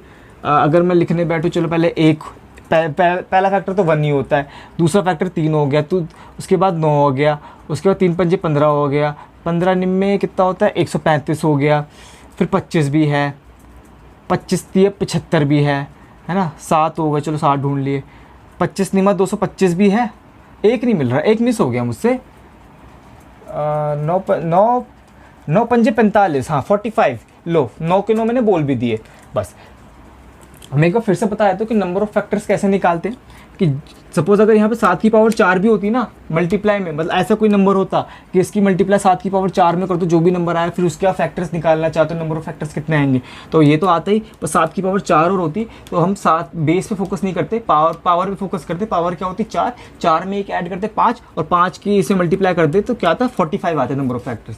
लेकिन यहाँ बस क्या 5 की पावर 2, 3 की पावर 2, पावर में एक ऐड कर देंगे, 3 3 3 3 9, बस 9 आ गए फैक्टर्स। ओके, अभी तो मैं यहाँ था, मतलब कि मैंने क्या बोला, जैसे कि ए हो गया 225 और बी को ले लेते हैं और 225 के फैक्टर्स, जैसे कि मैं लिख देता हूँ यहाँ पे 1 हो गया, 3 हो गया, 9 हो गया, ओके 15 हो गया, है ना, 25 3 75 हो गया, 45 हो गया, है ना, 1 2 3 4 5 6, ओके 3 5 15, 25 3 हाँ 25 3 75 होता है, हाँ 15 3 45, ऐसे ही चलते जाए। 225 हो गया, कितने हो गए टोटल, 1 2 3 4 5 6 7 हो गए, 2 और बच रहे इसमें 9 में से जो मुझे दिख नहीं रहे, 1 3 हो गया, 9 हो गया, अरे हाँ 5 और 25, ये भी तो फैक्टर्स ही है ना। चलो देखो गिन के 1 2 3 4 5 6 7 8 9, ये पूरे 9 फैक्टर्स। आपको पूरे लिखने की ज़रूरत नहीं है, आप काउंट कर सकते हो। अब देखो मैं बस दिखा रहा था आपको, जैसे कि अगर ए की वैल्यू 225 है, बी की वैल्यू 1 है, इन दोनों का एलसीएम निकालो, मतलब कि मैं बी की वैल्यू 1 ले रहा हूँ और 225 और 1 का एलसीएम 225 और 3 का एलसीएम 225 और 9 का एलसीएम 225 15 का एलसीएम और 225, ऐसे जितने भी नंबर्स का एलसीएम निकालो 225। मतलब कि हमें तो ये निकालना ना कि ए और बी के पेयर्स कितने होंगे, तो पहले तो हमको ये 9 पेयर्स मिल गए, है ना। अब ये इनकी तो हमें कोई ज़रूरत नहीं है, बस हम इम्पोर्टेंस किसकी है कि ये काउंट में कितने हैं 9 है। ओके चलो ये हो गया। अब ले लेते हैं अब ले लेते हैं फैक्टर्स पे, मतलब कि ए को ले लो, जैसे कि 5 या 3 में से कुछ भी मान लो, मैं 5 की पावर 2 मान लेता हूँ, है ना, और बी फिर क्या हो जाएगा, ये हो जाएगा 3 की पावर 2। अब देखो इसके अलावा आपके पास कोई और रास्ता नहीं है। जैसे कि आप कोई ये सोचे कि चलो ऐसा हो सकता है कि मैं 1 5 यहाँ रखूँ, 1 5 यहाँ दे देता हूँ, वैसे 5 इधर और 5 इधर और 1 3 इधर और 1 3 इधर, तो 15 15 बन जाएंगे। अब देखो 15 और 15 का एलसीएम क्या होता है, 15 ही होता है। ऐसा नहीं हो सकता ना, जैसे कि अगर आपने 1 5 इधर रखा, 1 5 इधर रखा, तो एलसीएम में भी एक ही 5 आएगा, 5 की पावर 2 नहीं आ पाएगा। तो आपको एक जगह 5 की पावर 2 रखना पड़ेगा और फिर दूसरी जगह आप 1 5 रख सकते हो। ओके, जैसे कि चलो मैंने क्या बोला, 5 की पावर 2, 3 की पावर 2 रख दिया।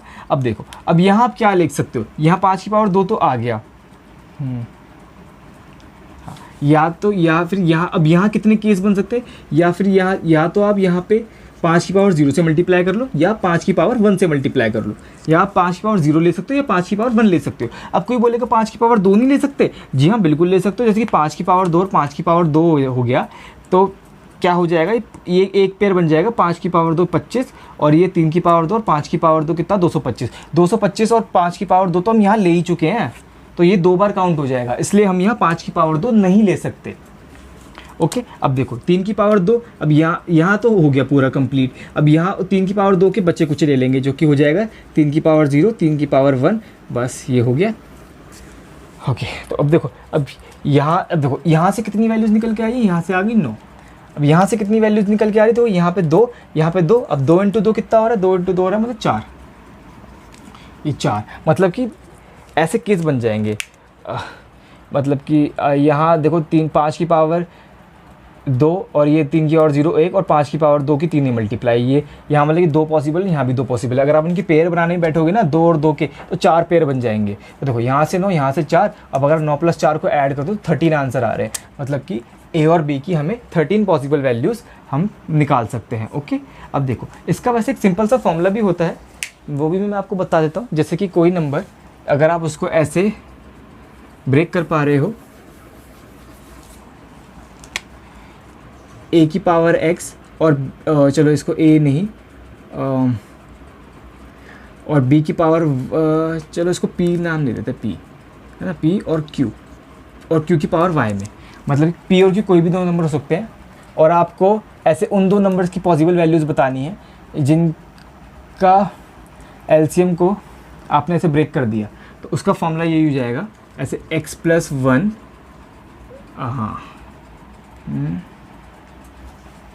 हाँ इनटू में y + 1 + xy।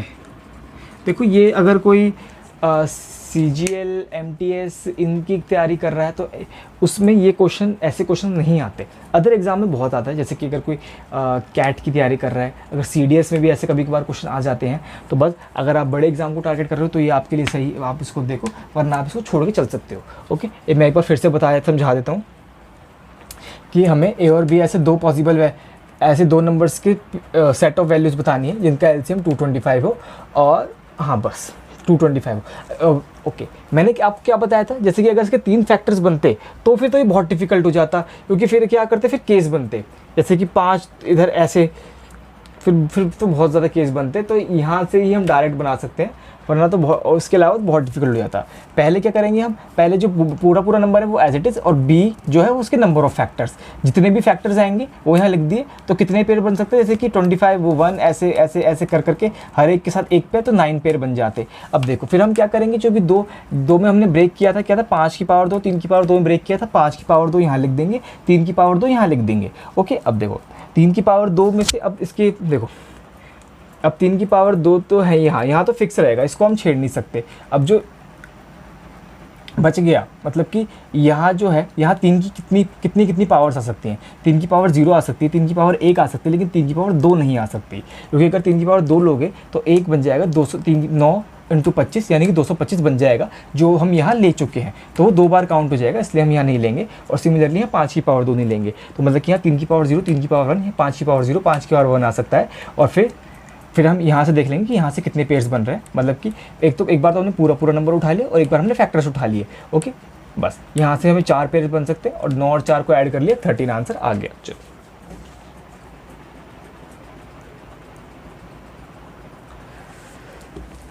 बस एक last question,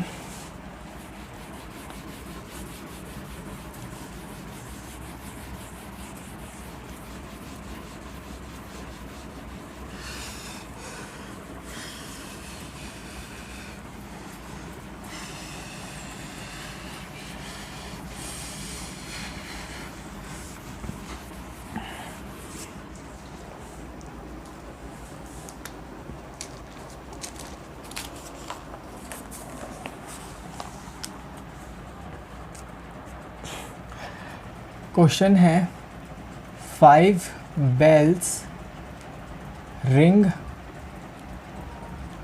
together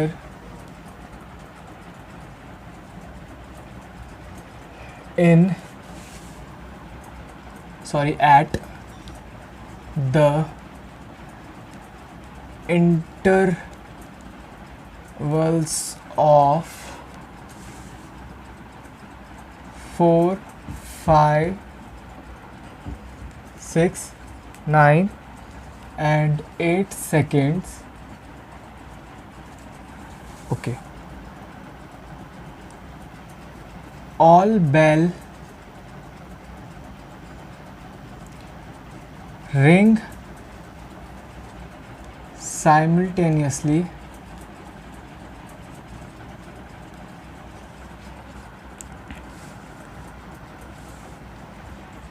at the same time.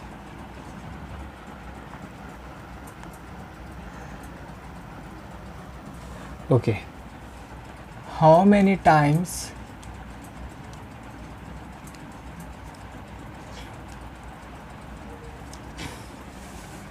they were rang together in 1 hour? पहला ऑप्शन 9 टाइम्स, दूसरा ऑप्शन 10 टाइम्स, तीसरा ऑप्शन 11 और डी ऑप्शन 12। चलो बताओ। बस ये लास्ट क्वेश्चन आखिरी आज की क्लास का। बस देखो, कह रहा है क्वेश्चन कह रहा है कि 5 बेल्स वो बजती हैं, एक बजती है 4 सेकंड के बाद। यहाँ पे ना टुगेदर वर्ड काट दो, टुगेदर नहीं आएगा यहाँ पे, यहाँ टुगेदर नहीं आएगा यहाँ पे। हाँ ऐसे लिखो 5 bells ring at the interval of, एक 4 सेकंड में बजती है, 5 सेकंड में, एक 6 सेकंड में बजती है हर 6 सेकंड बाद, और एक हर 9 सेकंड बाद, और एक हर 8 सेकंड बाद बजती है।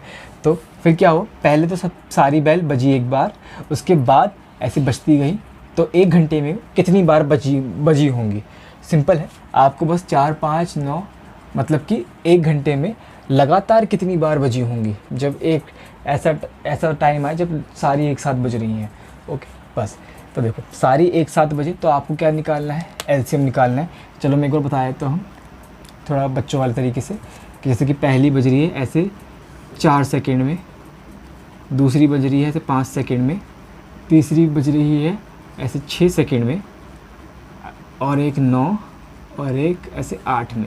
फिर अगली भी ऐसे 4 सेकंड में बजेगी, ये अगली वाली भी ऐसे 4 सेकंड में, और ये ऐसे 5 से, और ये ऐसे 6 और ऐसे। मतलब कोई एक ऐसा पॉइंट आएगा जब ये सारी एक साथ बजेंगी। तो ऐसे ऐसे ऐसे कितने पॉइंट आएंगे जब ये सारी एक साथ बजेंगी? ओके चलो,